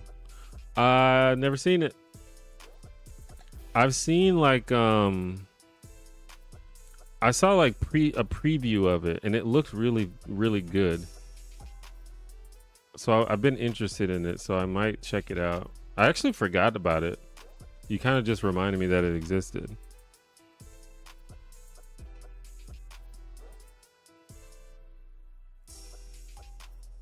Sometimes I'm really critical of artists if I think they're repeating something that is harmful. If they sell out, I get upset, but I feel like my criticisms are always lumped in with petty people. Yeah, criticism is fine. Like, I'm not saying I don't want to be criticized. Assuming that's a response to what I was saying. Yeah, I mean, criticism is totally fine and expected. But I think a lot of what people do goes beyond criticism. And I mean, yeah, that's pretty much it. Like a lot of what happens goes beyond criticism and gets into like bullying and harassment and sometimes outright violence or other ways of affecting people's lives. And also just sometimes people are just rude. Like sometimes you can have a criticism, sometimes you can even have a legitimate criticism, but they're just rude about it. And it just makes it not fun to do stuff.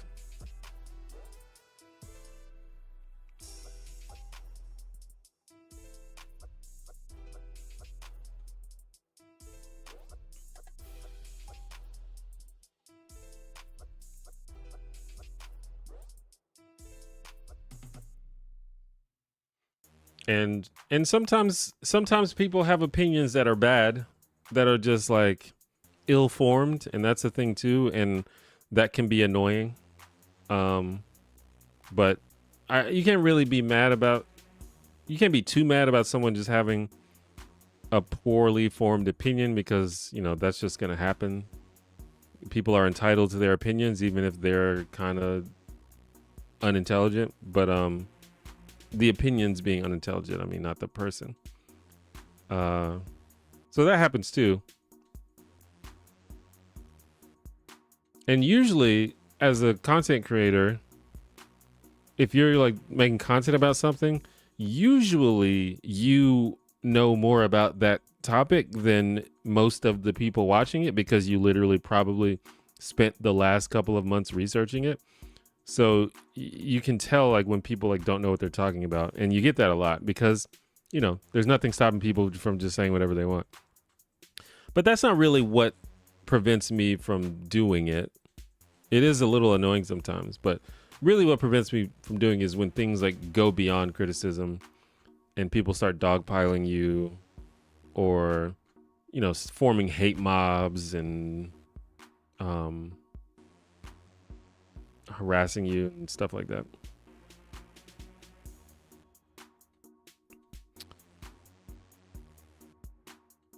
Liv, thank you for the birthday wishes. The show has good writing and pacing and is pretty compelling. Yeah, I've been meaning to check it out. I appreciate you reminding me, actually, because I completely forgot about it. I saw like a clip from it a while ago, and I was like, this looks really cool.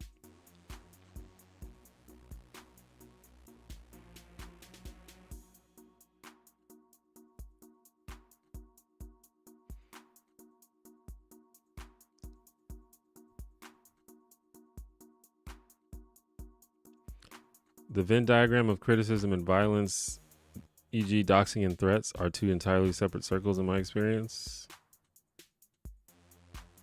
I don't think I agree with that, but I mean, I guess everyone has their own experience.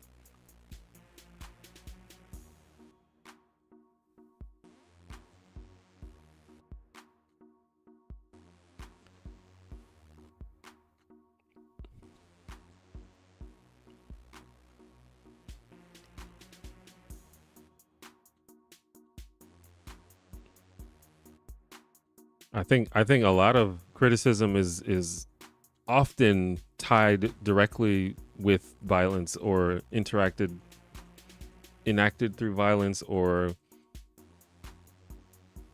justified, or violence is justified by the criticisms, things like that. Sid, thank you for the birthday wishes. Black Shirley don't crack. Hell yeah.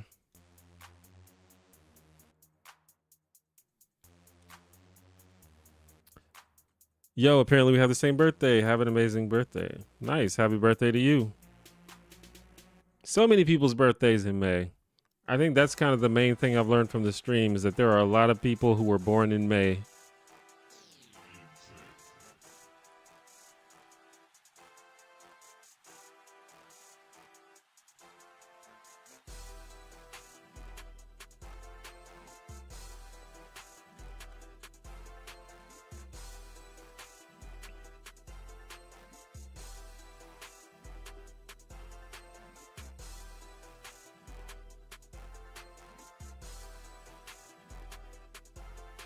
Happy birthday. Cozy weather creates babies. Yeah, you know, when you think about it, it makes sense. Like what's 9 months before May? Is that like fall? Late fall?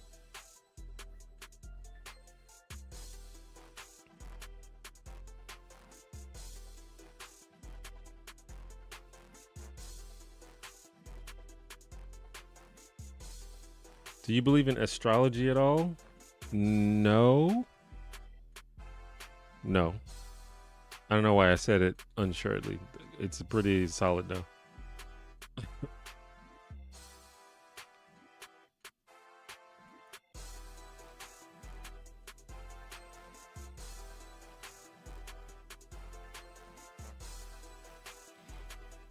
It's a statistical inevitability. It only takes 23 people in a room for there to be a 50% chance that any two of them share the same birthday.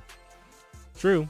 But I think we've had maybe something like 15 people show up in this chat with a May birthday, but the exact same birthday? Yeah, I guess so. I guess that's what you're saying. I think there's been two people that said their birthday is today, other than me. So that's pretty cool.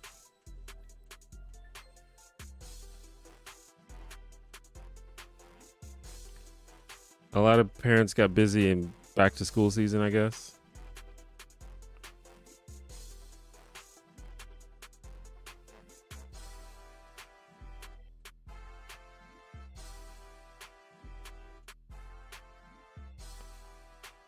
Early fall, air starts to get chilly, blankets come out. Yeah. Because I'm pretty sure that summer birthdays are the most common, at least in America.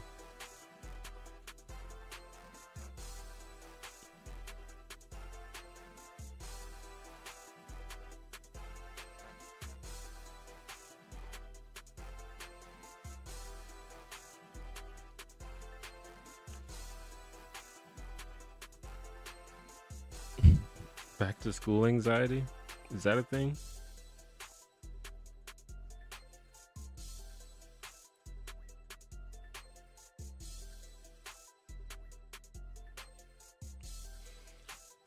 I just meant, oh, I see what you're saying, Frankie. Being threatened isn't something I consider a form of criticism. Yeah. I gotcha.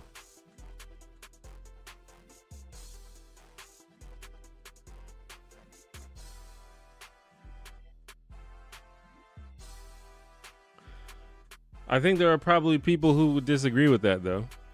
I think there are people who think that those kinds of behaviors are like fully tied to their criticism and make no sort of distinction, or at least it seems that way.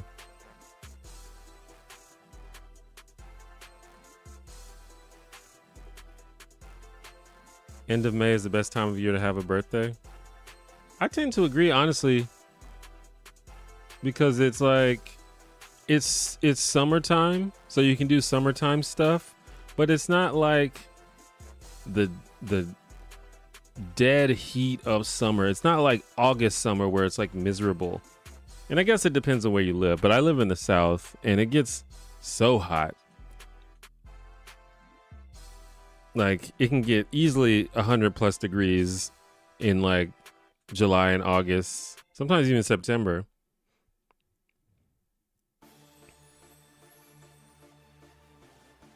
And also Memorial Day, yeah, like it's a good birthday holiday. And often my birthday is on Memorial Day. Like if my birthday is on a Monday, it's pretty much always on Memorial Day.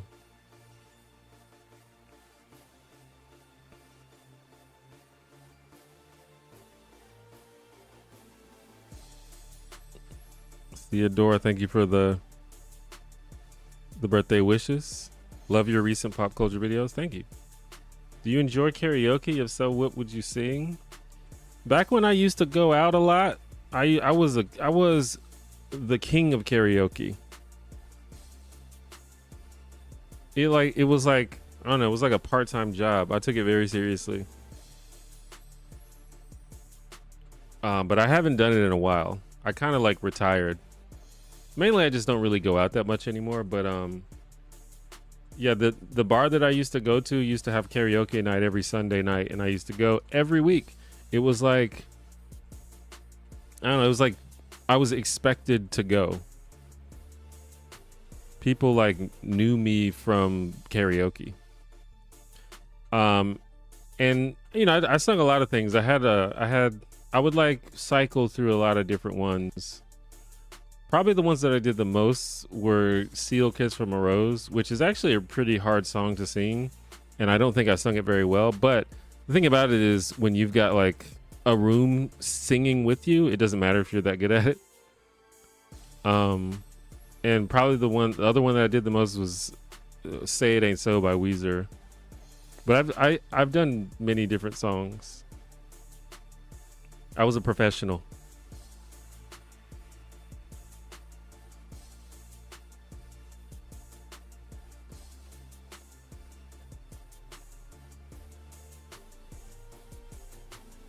The most common birthday is, I think, September 22nd or 23rd.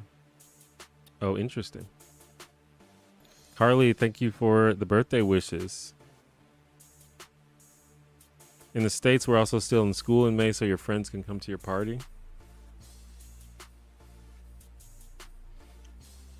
I have a December birthday and I hate it. It's always when I'm most depressed because my brain hates winter. Wish I had a different birthday. Yeah. I'm not a fan of cold weather. So I can imagine not being thrilled about a cold weather birthday. Thing about the winter and the fall is all the good holidays are during the winter or during like late fall winter.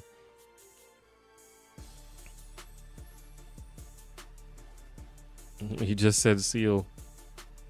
I run karaoke on St. John in the Virgin Islands if you ever come down. I mean, if I'm ever in the Virgin Islands.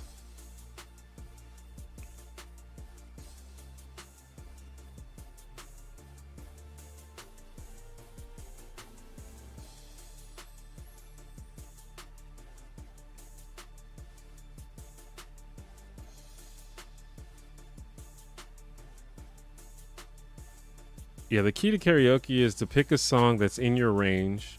A lot of people are like, I can't sing, so I can't do karaoke. But there are like so many songs that are great that you don't have to be able to be a good singer to sing. And also, if you sing a song that everybody knows and everybody sings along, no one will even be able to hear whether you can sing it or not. It's like an art to it. So you pick something in your range. Pick something that people know. Unless you're like a agent of chaos. Like I have some friends that only sing songs for themselves, and that's a perfectly legitimate karaoke strategy if you just want to go and sing a song that you like that nobody else knows. But I think it's more fun when you have the audience and the crowd singing with you.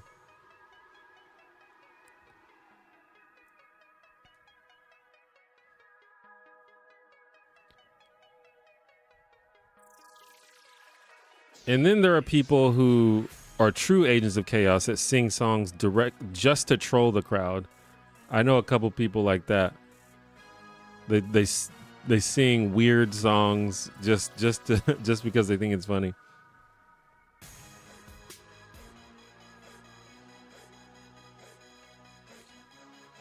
Papa Reptar, thank you for the birthday wishes. Halloween supremacy. Yeah, Halloween's dope. Honestly, though, I need to get back into the Halloween spirit.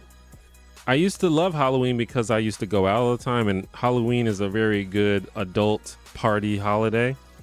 But I don't really go to parties that much. I don't go out that much. So I need to maybe like host my own Halloween parties or find some like grown Halloween parties to go to.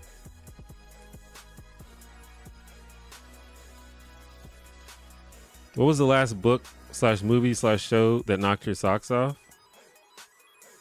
I mean, probably Daria. So much so that I made 2 videos about it.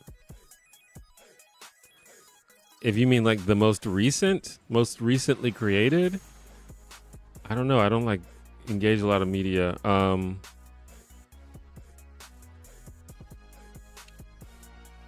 Thunderbolts was really good. I don't know if I would say it knocked my socks off, but I thought it was really good.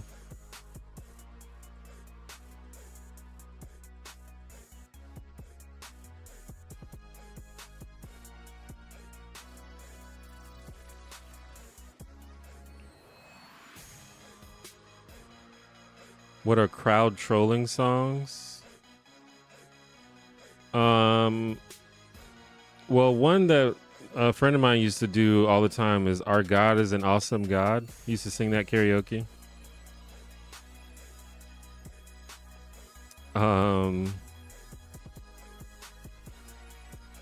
Banana Phone. That's a good one.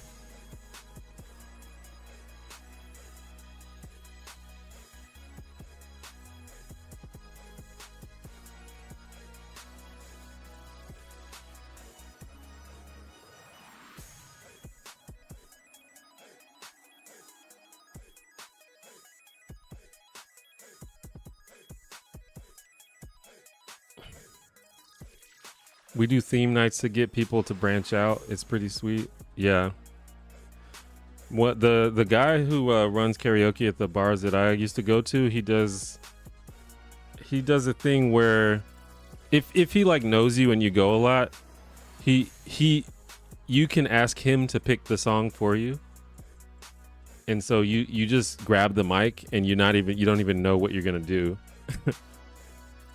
And if he knows you, he kind of has an idea of what kind of songs you can do or what you might be able to do.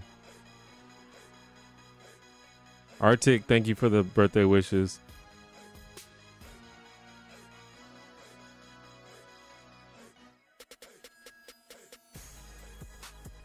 Tequila is a good karaoke troll song. Yeah.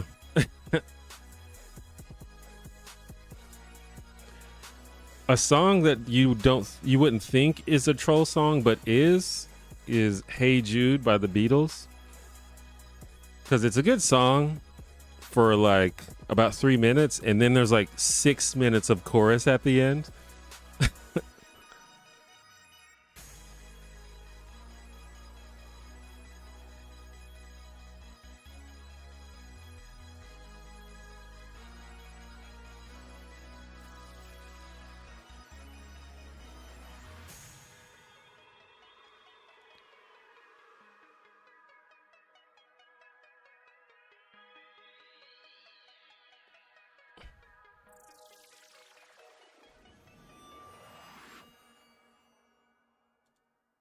I recently saw Friendship in the theater. I thought it was hilarious. Oh yeah, that looked like something I might like. The E flat guy, thank you for the birthday wishes. I've been enjoying your content for years, and I'm glad you're here on this earth. Thank you. That's very kind. I never think to sing "Our God is an Awesome God." Yeah, I think you have to be an agent of chaos to do something like that. There are some songs that are like borderline troll songs, but also borderline legit. Like "Achy Breaky Heart" is a good example. It's like you're like halfway trolling, but also, you know, that's a fun song.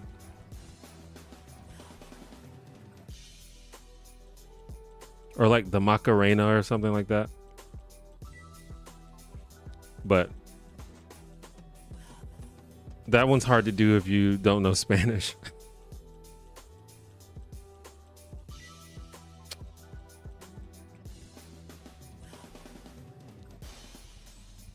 All right, Ingracious, you heading out? Thanks for stopping by.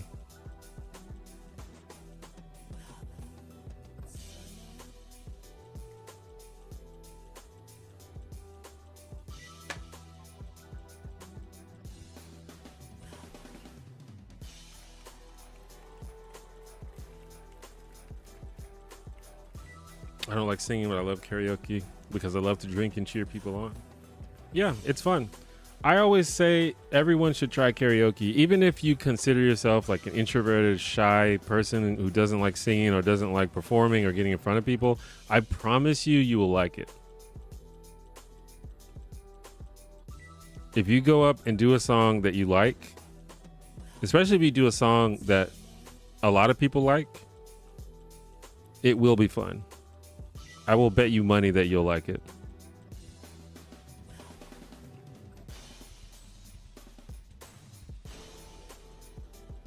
Because even me, like, I'm not like I mean, I know I'm literally like talking on a microphone in front of a bunch of people right now, and I, you know, scream at a camera for a living, but I'm a fairly reserved person overall. I'm not a loud person at all. I like being around people and stuff, but I'm a pretty reserved person, but karaoke is very fun.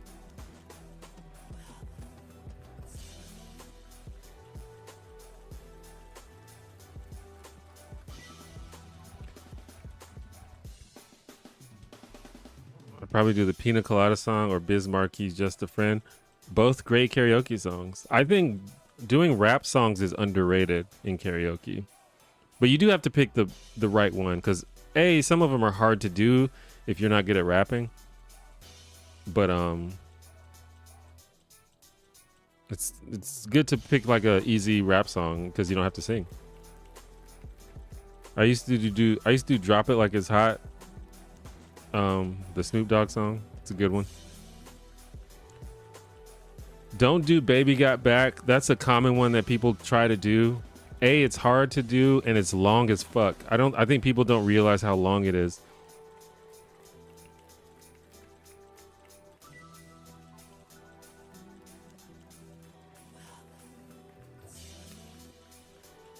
I like to goof off and try to imitate other singers instead of using my own voice if I do karaoke. Since I get paid singing gigs, it feels too much like I'm going to work if I use my normal voice. I mean, that's fair. Whatever works for you. I do appreciate when someone who's just a really amazing singer gets on there and just goes hard and just blows the roof off. That's always fun. Stop yelling. Os dilettantes, thank you for the birthday wishes. My wife and I did pretty much the entirety of the Phantom of the Opera for her 21st birthday in a little bar in rural Idaho. That's what's up.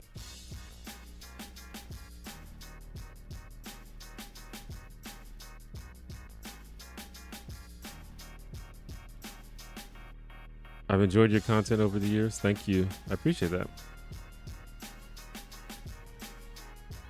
In the End by Linkin Park, another perfectly good karaoke song. Somebody, thank you for the birthday wishes. Botley, thank you. I picked The Reason by Hoobastank. I didn't realize how hard it is to sing that song. Yeah, I could see that being pretty hard. You gotta hold the notes on that one.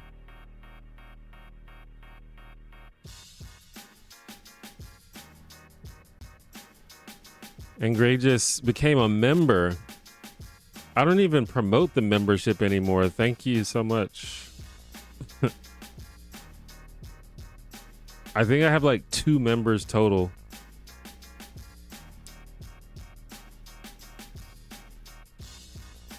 Filipinos take karaoke way too seriously. Have you heard of the My Way killings?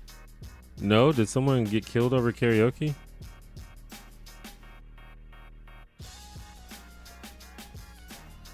Being killed for bad covers of My Way in the Philippines. That's wild. IDK, thank you for the birthday wishes.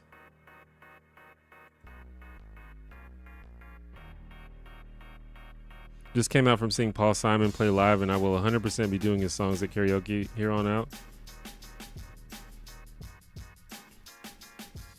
Hell yeah.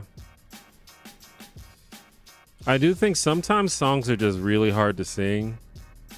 There are a lot of songs that seem like they would be really good karaoke songs, but then you sing them and you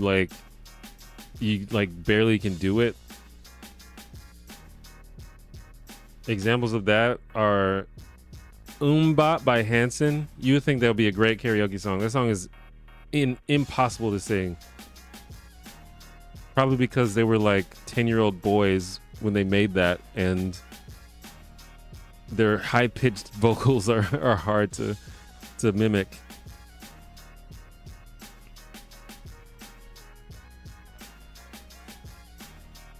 Another example that messed me up one time is Crazy by Gnarls Barkley. Again, another person with a really high-pitched voice.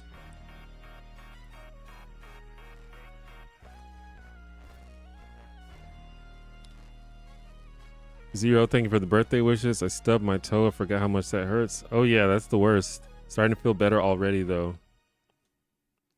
Well, I'm glad you're feeling better. Karaoke is blood sport for Filipinos. I didn't know they took it that far. That's wild.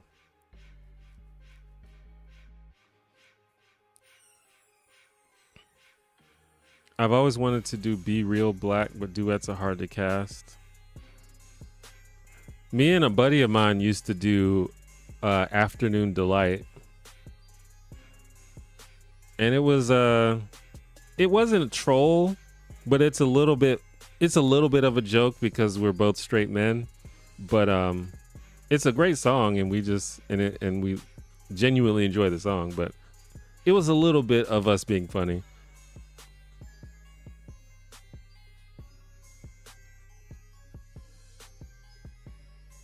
Love on Top by Beyonce took me out, and I still haven't recovered emotionally.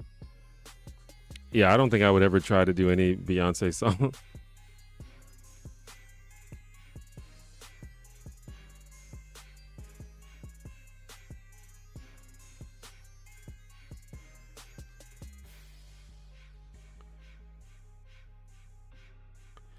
I did karaoke with my whole cabin at band camp in high school. I thought Semi Charm Life by Third Eye Blind would be easy because I remember the chorus note is so fast.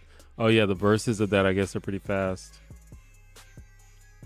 Yeah, that's definitely a song where you know the chorus. Everyone knows the chorus, but the verses are a different thing. It's the same with Fall Out Boy. I've tried to do Fall Out Boy songs, and it's like I don't even know the lyrics to this. I just know the chorus.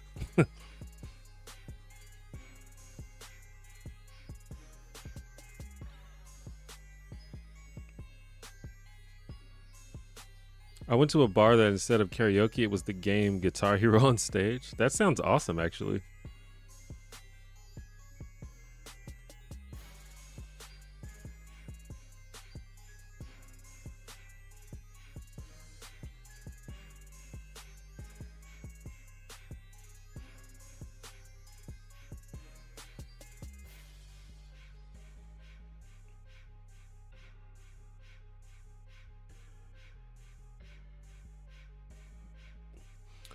Afternoon Delight has me ironically deceased on my birthday. Did you tell me it was? Did you say it was your birthday already? Was that you? It's so many people's birthday.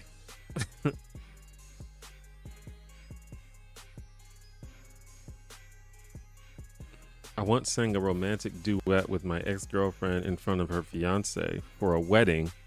We survived, but it was a little awkward. Damn. Whose idea was that?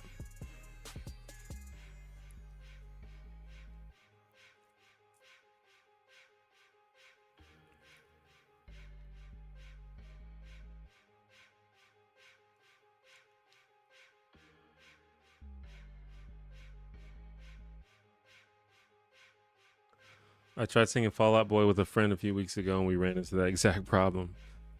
Yeah, you think you hear a song so many times, you just know it, but you often don't. But I used to be like basically a pro karaoke singer, so I would like study songs before before going up to sing them. I took it seriously.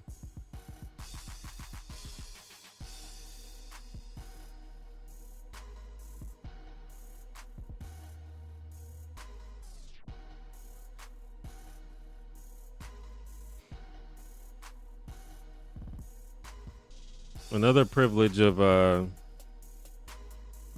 that I have when doing karaoke is I can do songs that have the N word in it,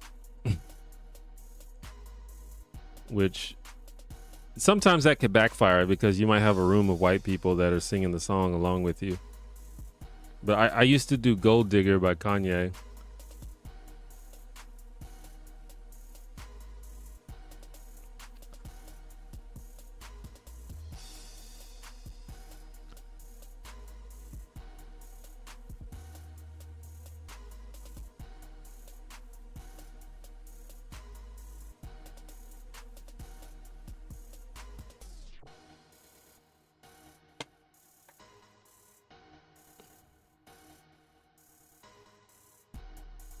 American Boy. I love that song actually.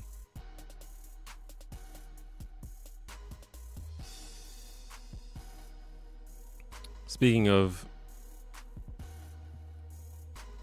the relationship between art and artist,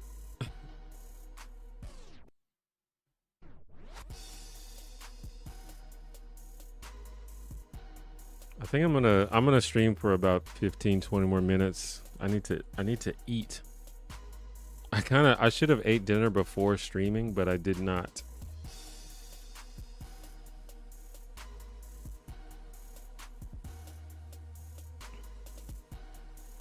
Jack, thank you for the birthday wishes. I was a fill-in for a singer who got COVID. I think I was her only contact who could do it on such short notice.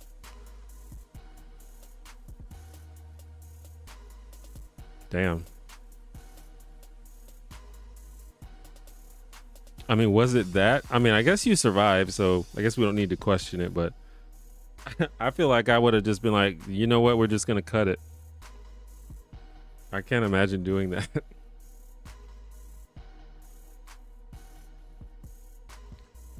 Happy first day on Earth. I appreciate it. I've been on Earth more than a day though. What's for dinner? I made me and my brother grilled some meats the other day, and I'm gonna eat that with some cream spinach.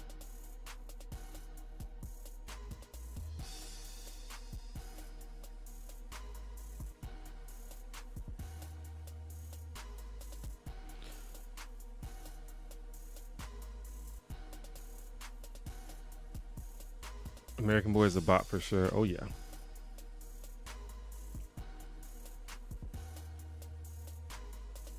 I might listen to that when I get off the stream. Remember when Kendrick Lamar brought a white girl on stage to sing Mad City of all songs and called her out when she said it? I thought it was a little unfair on K-Dot's part. Yeah, I don't know. Yeah, I kind of agree.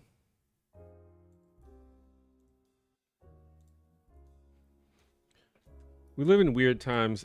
Well, honestly, I don't really think about like white people saying the N-word. Like, it's just a thing that I feel like I can't occupy my brain with. But I used to be one of those people where it's like, I don't really care if you say it in the song.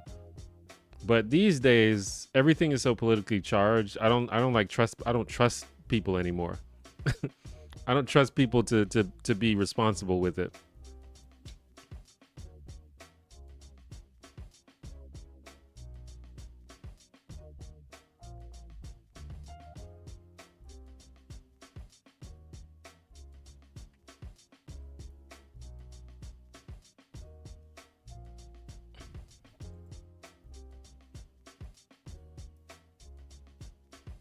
He apologizes for it on Mr. Morale. Oh yeah.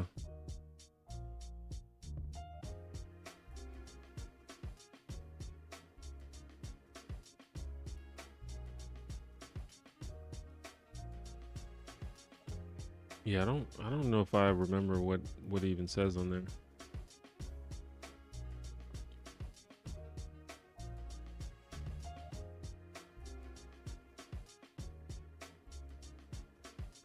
But yeah, in that situation, you have to at least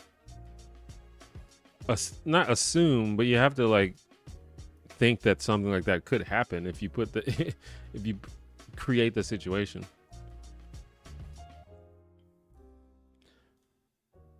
I wish they would come out with white edits like Kids Bop. That would be so cringe. I guess much in the way that Kids Bop is cringe. Who was the first album that I got myself? The first album that I bought with my own money was I forgot what it's called. It was the Bone Thugs and Harmony album. It was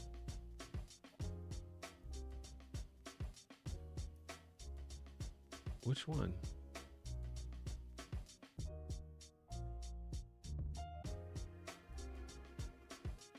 I'm trying to look at the I don't remember. Oh, Resurrection. Yeah. Bone Thugs and Harmony Resurrection is the first album that I bought with my own money.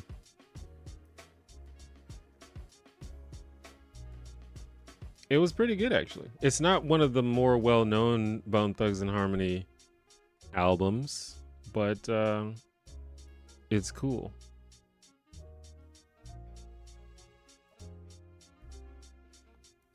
They have a song on there about doing ecstasy, but it's not a pro ecstasy song. It's about them doing ecstasy and like how weird it made them feel. It's a really interesting song.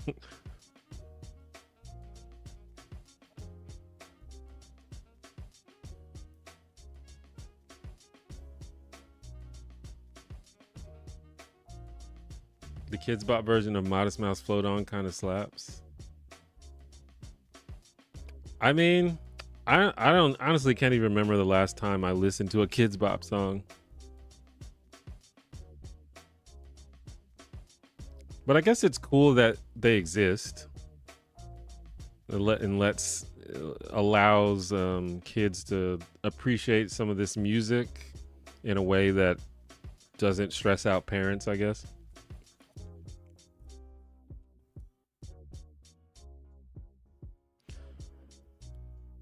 Do you have any guilty pleasure song or show I don't know. I don't really believe in guilty pleasures. I would say as far as like guilty pleasure media, probably what I consider guilty pleasure is like true crime, because true crime really makes me feel weird. I feel weird about watching true crime, but it's so fascinating. So that's probably the closest thing to a guilty pleasure that I have. But outside of that, I just like what I like. I don't really feel guilty for the things that I like, as far as I can think of.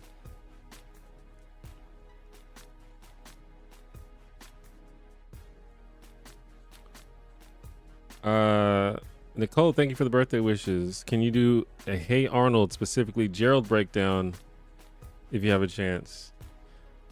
I would like to take a look at Hey Arnold. I used to love that show, so I should definitely put that on my list. The first album I bought was the Marshall Mathers LP. My mom made me get the clean version though. Hey, the clean version of Marshall Mathers LP replaces Kim with The Kids, and The Kids is actually a really good song. If you can't tell, I also had the clean version of the Marshall Mathers LP.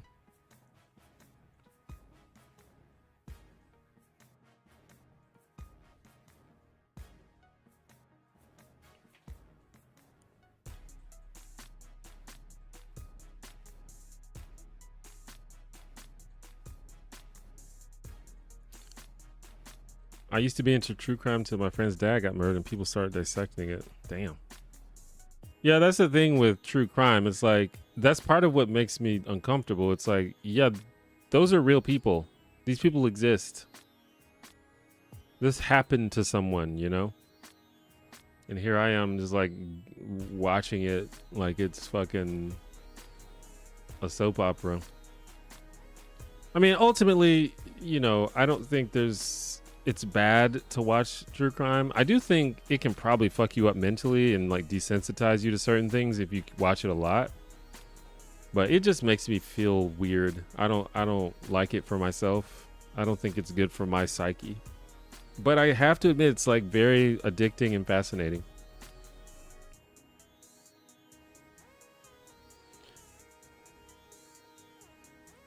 Happy birthday. Thank you, Jonathan. What's my current comfort show? Honestly, well, you know, my comfort show is always Boy Meets World, I think. But really what I watch, the only things I watch these days are shows that I am researching for a video that I'm going to make. But every now and then I'll pop in like Boy Meets World. I would say Boy Meets World and Parks and Recreation probably.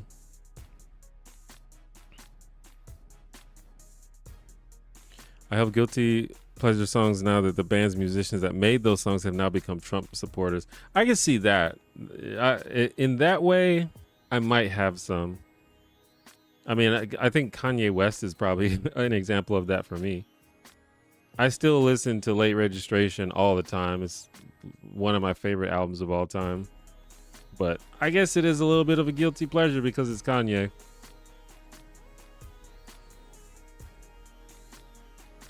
When I finally got the explicit version, Kim scared the hell out of me. Yeah, I mean, it's a fucked up song for sure. I don't really like it. Like, it's one of Eminem's most memorable songs, but I would not say that I am a fan of that song. But, you know, people make what's in their heart at the time. That's part of being an artist, I guess. What is your birthday treat to yourself? Well, I planned a beach trip for myself and my friends last week. That was kind of my treat. I decided a long time ago, like maybe when I was like 30, early 30s, that I was not going to wait for people to do stuff for my birthday. That I was always going to plan my own stuff. So I always plan my own birthday stuff. So I went to the beach. That was kind of my treat.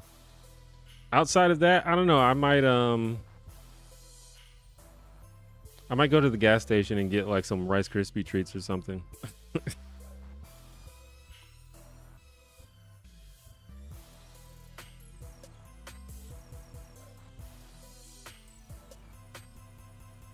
What's it like knowing your past midlife?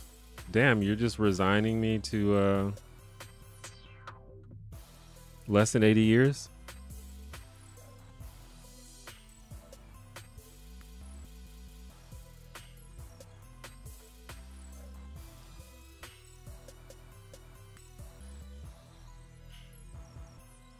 Kanye feels like a guilty pleasure for sure, yeah. It's a shame. But I'm pretty good at separating art from artists, especially for old Kanye stuff. I think whatever Kanye is about to come out with now is probably going to be insane. So I don't know about that, but the old Kanye stuff, it just doesn't even seem like it's the same person. And he was already weird back in the day, you know? But he wasn't this weird.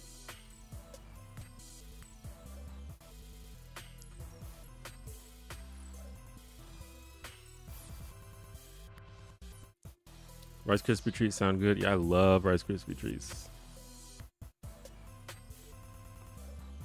Top tier snack. I've been trying to not eat a lot of junk and a lot of snacks and stuff. But, you know, it's my birthday. Maybe I'll treat myself.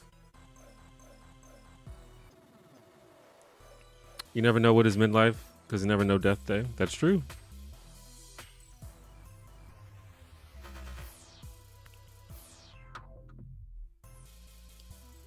The person who will live to be 160 has already been born. I believe I am that person. I love Parks and Recreation so much. I watched it, it's one of those shows I watch. I'll like binge it for like several months and then not watch it for a year. And I kind of did that, and I recently watched it like a couple weeks ago. And it's just truly just a perfect show. The average life expectancy for men in the US is less than 80 years. That's true. You never know what could happen. I'm trying my best to take care of my body though. Well, am I trying my best? I don't know, but I'm trying. I'm trying more than zero.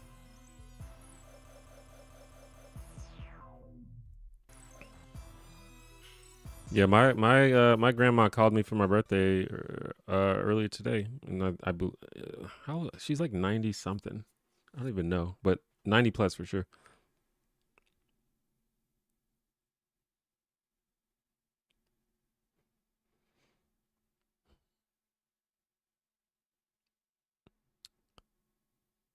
Mr. Morgan Forrest, thank you for the birthday wishes. It's been a pretty chill day.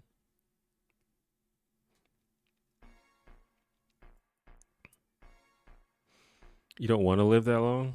I mean, to each his own. I can imagine being very old and just being like, you know what? That's enough. I think we're good. As I am currently in this place right now, I have no desire to die at all, ever. But obviously, I'm going to have to get over that at some point.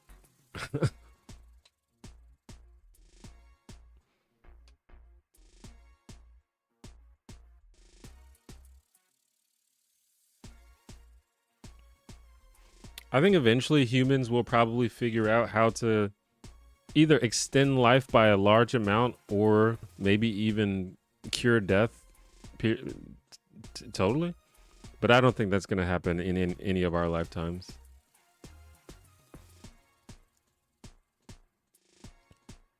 Cookie Cupcakes, thank you for the birthday wishes. What is this place? I don't know. Just chilling. It's my stream.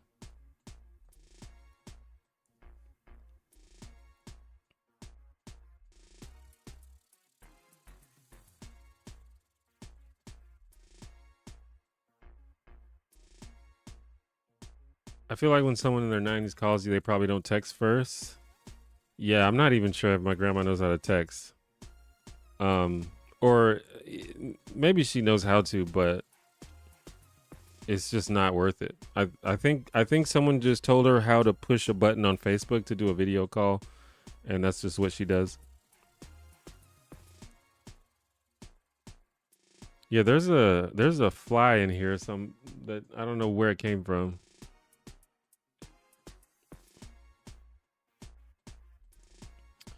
It's probably about time that I start putting up the fly traps, because in the summer in Alabama, the fruit flies get a little crazy, and they get in my apartment a lot. So I need to prepare for that. Happens every summer.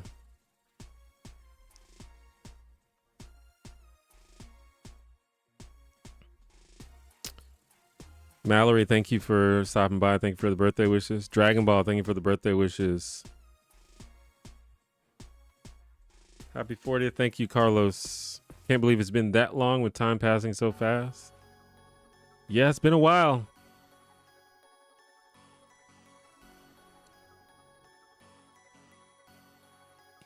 She's earned it. Yeah, I agree.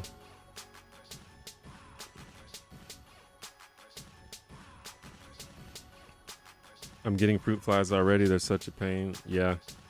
I've seen one or two here and there, but I need to make sure I'm prepared, because if I slack off, they will get out of hand very quickly. It's almost never a good thing when Boomer learns technology, or at least starts using social media. Well, at least in my grandma's case, I don't think she's like using social media. She just knows how to call people. My grandma like watches TV and plays bingo. That's like mainly what she does.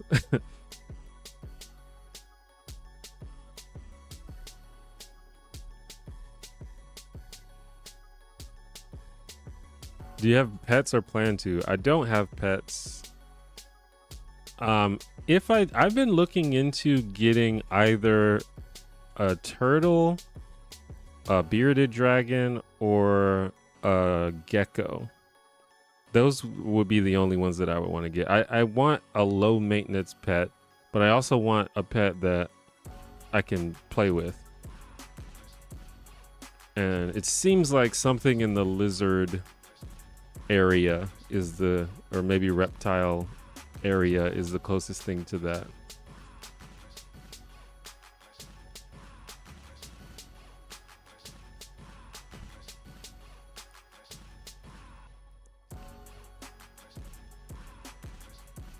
I got some mosquito bits. I'm trying that to see how it works on the gnats. You soak the bits in hot water and let it cool and water the plants. Interesting. Yeah, I'm not familiar with that, I don't think.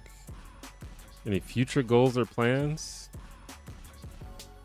I mean, I have goals, but nothing like very specific. I just have things I'm working on. I'm still working on building up YouTube. I'm working on my fitness and health. And stuff like that, working on building good habits.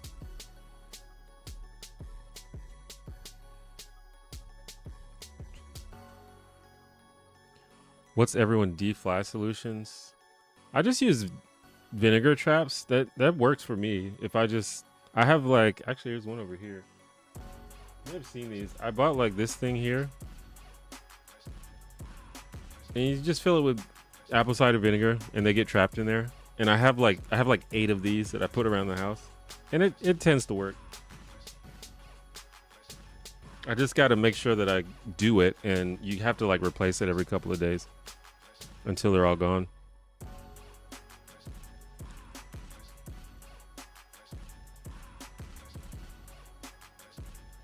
I would like to play bingo, but I don't think I could have more than 2 cards at a time unless they do colors instead of numbers. Then I could do it.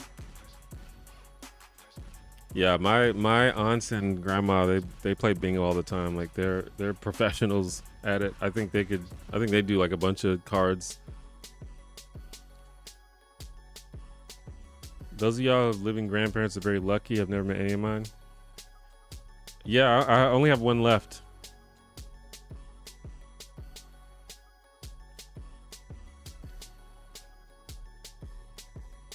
If you get a turtle, you can tie the string from a balloon around their shell to keep track of them if you ever take them out to a park or yard or something.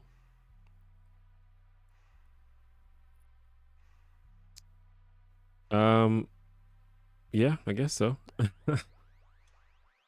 I feel like I've read that turtles are not good pets. I need to research again, but yeah. Like I think I read that turtles are like unfriendly.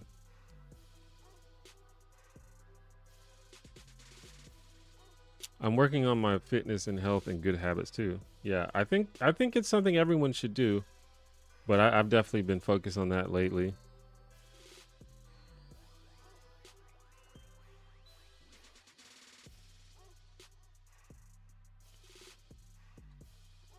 I have 2 homemade traps with vinegar and soap, but I only caught 1 so far.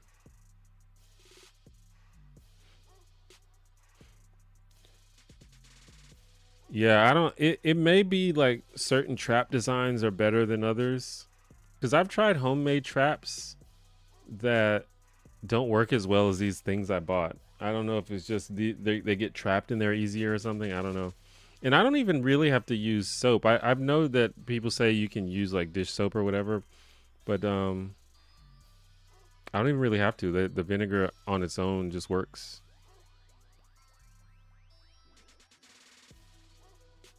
I bought like a big like gallon thing of apple cider vinegar just for the pure purpose of killing flies.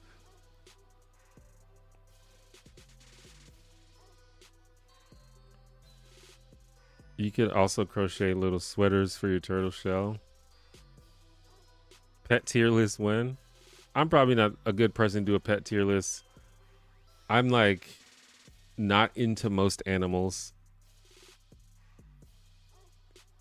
I like reptiles. I like aquatic creatures probably the best. But in terms of pets, like I don't want to have a fish because you just look at a fish. You can't do anything with a fish. So that's why I say like a turtle is cool. I love turtles, by the way. And I didn't mean to reference the meme. I love turtles, but I actually do love turtles. When I go to the aquarium, I always go to look for. I like to look at the jellyfish and the turtles. Those are my favorites. And I've been researching like lizards and stuff, but I don't really have much experience with lizards. Dogs are okay, I guess. Like if you have a really cool dog, then dogs are cool. But dogs are like people. Like some of them are not cool. Some of them suck. And I think we need to stop pretending that all dogs are good boys. It's just not true. Some of them aren't. I hate cats, and I feel like that's going to make me lose fans. Not a cat person at all.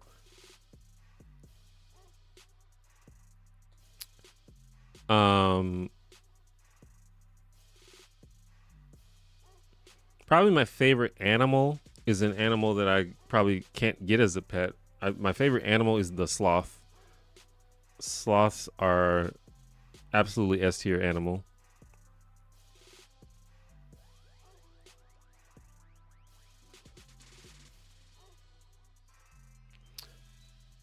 What's the next thing you want to tackle when it comes to longevity goals? I don't know. I mean, like I said, I don't have anything super specific. I'm just sort of generally working on fitness and good habits across the board. I don't have like a very specific thing. I'm working on getting better with money. That's also another thing I'm working on. Were you born and raised in Alabama? Have you ever considered living anywhere else? I was not born in Alabama, but I was raised in Alabama. I was actually born in Germany. And I lived in Maryland until I was like 7. But after that, I've been in Alabama ever since. And yeah, I've thought about living other places. I mean, I just really never been prompted to. I never had a good reason to. But I doubt that I'm going to spend the rest of my life in Alabama. I mean, if I have it my way, I'm going to move out of the country. But that's something that's going to be way down the line.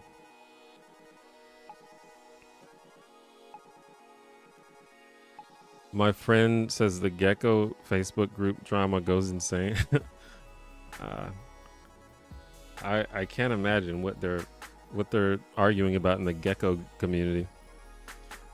I have 2 cats. They're the best in my opinion. Yeah, everybody who has cats advocates for cats. That's why it's hard to, I hesitate to even talk about it. People who have cats love their cats. I will give you that. Proof Rock. Yes, it is my birthday. Thank you for the birthday wishes. My brother had a pet tree frog named Sticky growing up. He was pretty cute. Yeah, frogs are cool. I think I just like amphibians and reptiles the most, except for sloths. Sloths are the best. It's like sloths and then reptiles and amphibians. Can you play with frogs though? I don't want to, like, if I got a pet, I wouldn't want a pet that you just look at.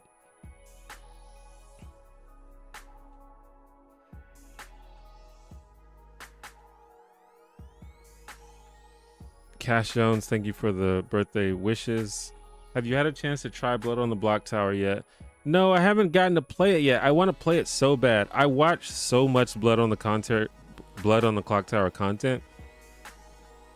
I feel like at this point I'm like pretty good at the game, even though I have never played it, because I watch so much. I watch people play it all the time. I want to play it so bad. I don't. It's hard for me to get enough people together to even try it. And then I don't know if my normal friend group, I don't know if they're specifically into that type of game. So yeah, I haven't really gotten a chance to play it. I would like to play it though. One day. I'm a cat person 100%, but we'll let it slide on your birthday. Well, I appreciate it.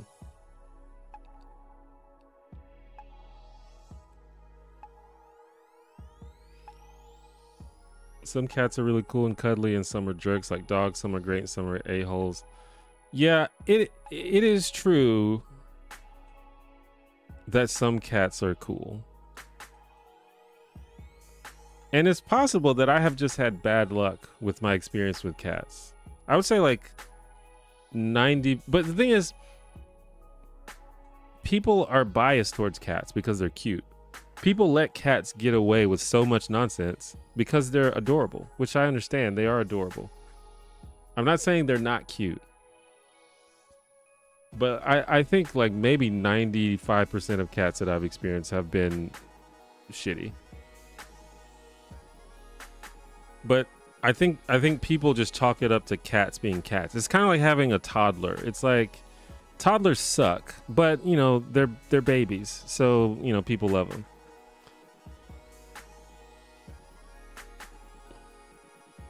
Michael G, thank you for the birthday wishes.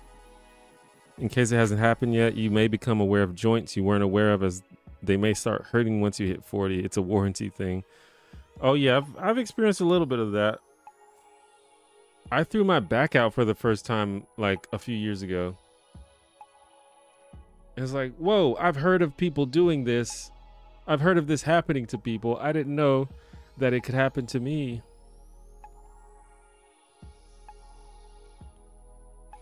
Get 6 sloths and name them after every deadly sin except sloth. That's hilarious. I think sloths are actually kind of dangerous. I wouldn't doubt it. They're wild animals. I don't think I've ever heard of a domesticated sloth. But they do seem very chill.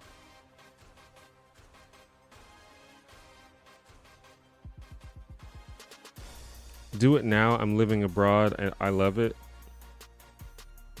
I mean, I would love to. But it's not in the cards in this very moment. You can play with frogs, but they can jump pretty far, so you got to keep track of them. Yeah, it seems like they could slip away really easily. How to train your frog. My friend with the geckos has a frog with a ton of health problems. Seems like a huge headache, and the frog has bit her too. Damn, that sucks. I thought I was a cat person until I married a woman with a dog. Dogs are the best.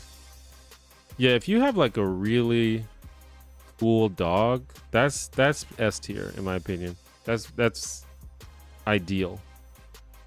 But it takes like years of like raising and training to like really get a dog to that spot. Like I have a friend who has a dog that I've known. Like I wasn't there, but I remember when he first got this dog as a puppy, and this puppy was awful. I hated this puppy, but he put in the work to like train her and you know, teach her how to be a good dog. And now that dog is awesome. It's like a very well-behaved, friendly, awesome dog. So sometimes it just takes some time. Yeah, man, throwing your back out, been there too. Mine happened when I put on my seatbelt in my car a few years ago. Yeah, it's always when you're not even doing anything. You're doing something normal. I think I threw mine out when I just stood up from a sofa too fast, and my back went out. It was like, what the fuck? See, now I feel old talking like this. In your ideal world, what country would you consider moving to? I'm not totally sure. I would have to do more research. As far as like government, which is a big part of why I'd like to leave this country. The Scandinavian countries, the way that they run their governments is interesting to me, and also New Zealand. But there's other things like what can you do there? What's the weather like? Like I don't know if I would want to go somewhere where it's super cold all the time because I don't like cold weather. So then I was thinking like maybe like a place that has good weather, like Italy or something might be cool, or like Uruguay or something like that. But I would have to do more research. Even Canada is interesting, but again, cold.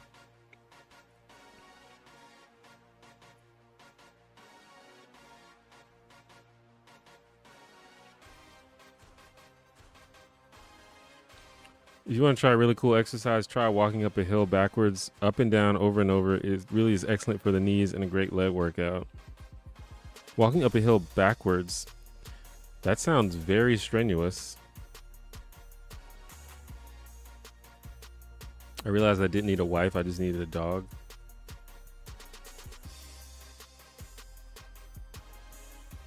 You know what can't slip away easily? A turtle with a floating balloon tied to them. You're really advocating for that. For Blood on the Clock Tower, it's better to find a local group through Facebook or Discord. The game is more fun when a majority of the people know how to play already. Also, you can play online. Yeah.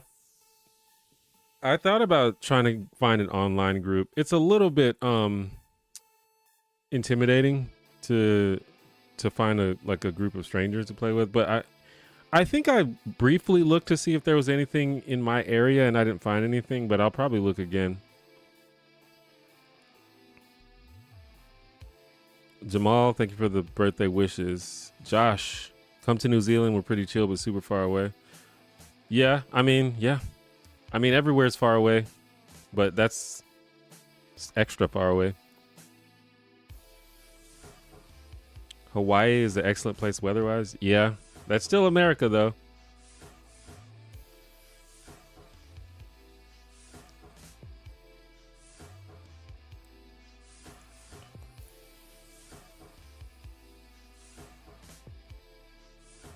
Canada's shit. I live here. We all want to move out of here. Really?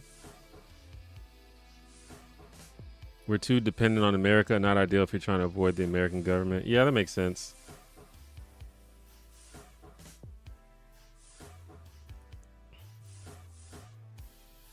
Asparagus, thank you for the birthday wishes. What about Iceland? Cold, yes, but volcanoes are neat. Volcanoes are terrifying. But Iceland, yeah, I mean, I don't know. I don't really know much about Iceland.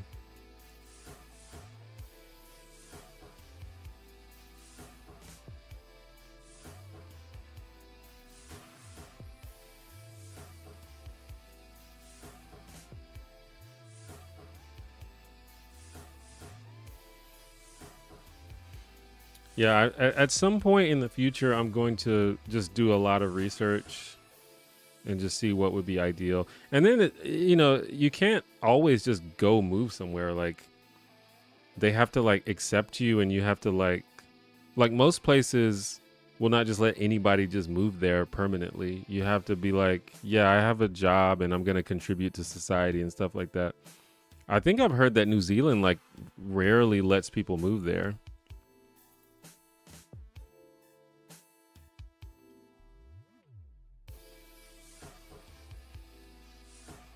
Local game stores will sometimes have Blood on the Clock Tower games going with different tables for varying skill levels. Yeah, I might look into that. Maybe I'll just start it myself. I don't know. Sometimes you just gotta start shit yourself.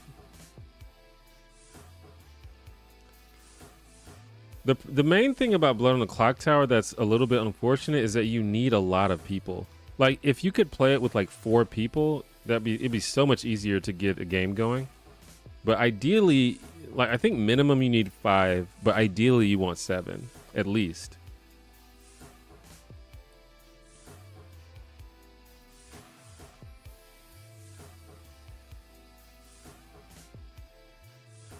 How about Ireland? Cold, but with that familiar Alabama humidity? Well, the humidity is not is not the part of Alabama that I would miss.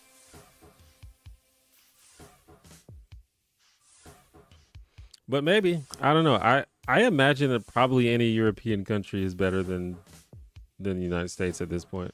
But I don't know if that's true. I shouldn't be hyperbolic, but many of them.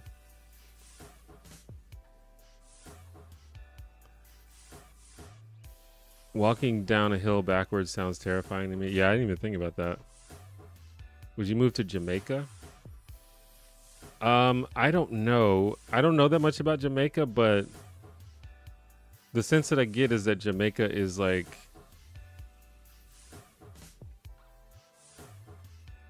it's like an underdeveloped country. Am I wrong about that?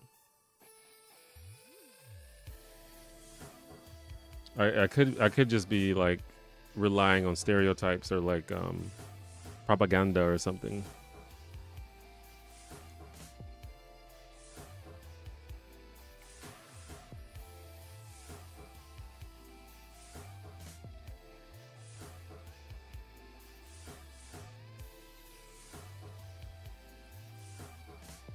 Yeah, my friend just decided to just marry his long distance girlfriend because that was the easiest way to get her here. So I just got to find a New Zealand girlfriend, basically.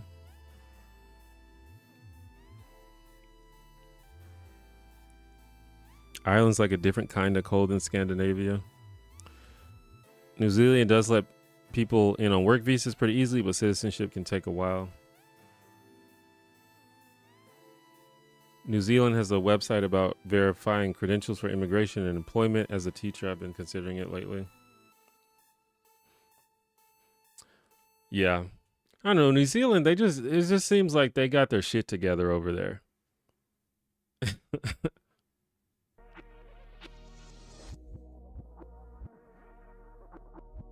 I'm probably romanticizing it a little bit, but whenever you hear about New Zealand, it's like, you know what? They did that pretty well.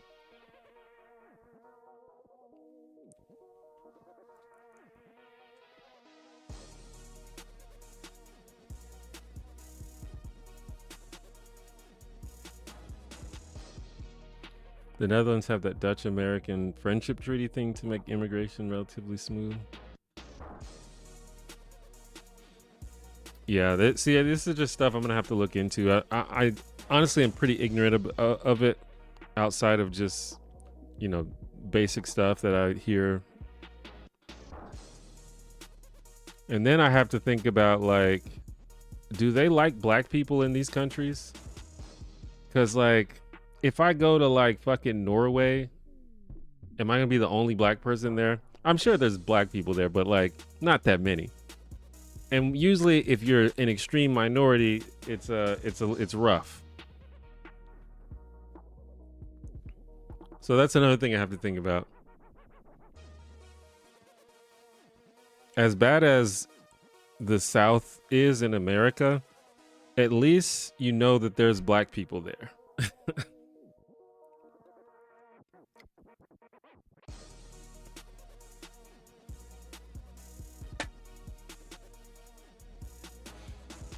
So yeah, there's a lot of things to think about.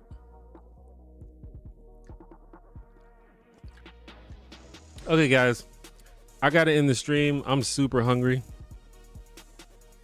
but I appreciate everybody coming to hang out on my birthday. I appreciate it. It was fun. It was chill.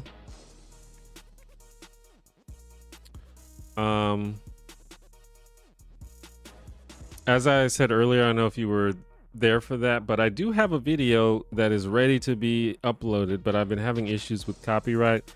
Hopefully that gets resolved and the new video comes out soon.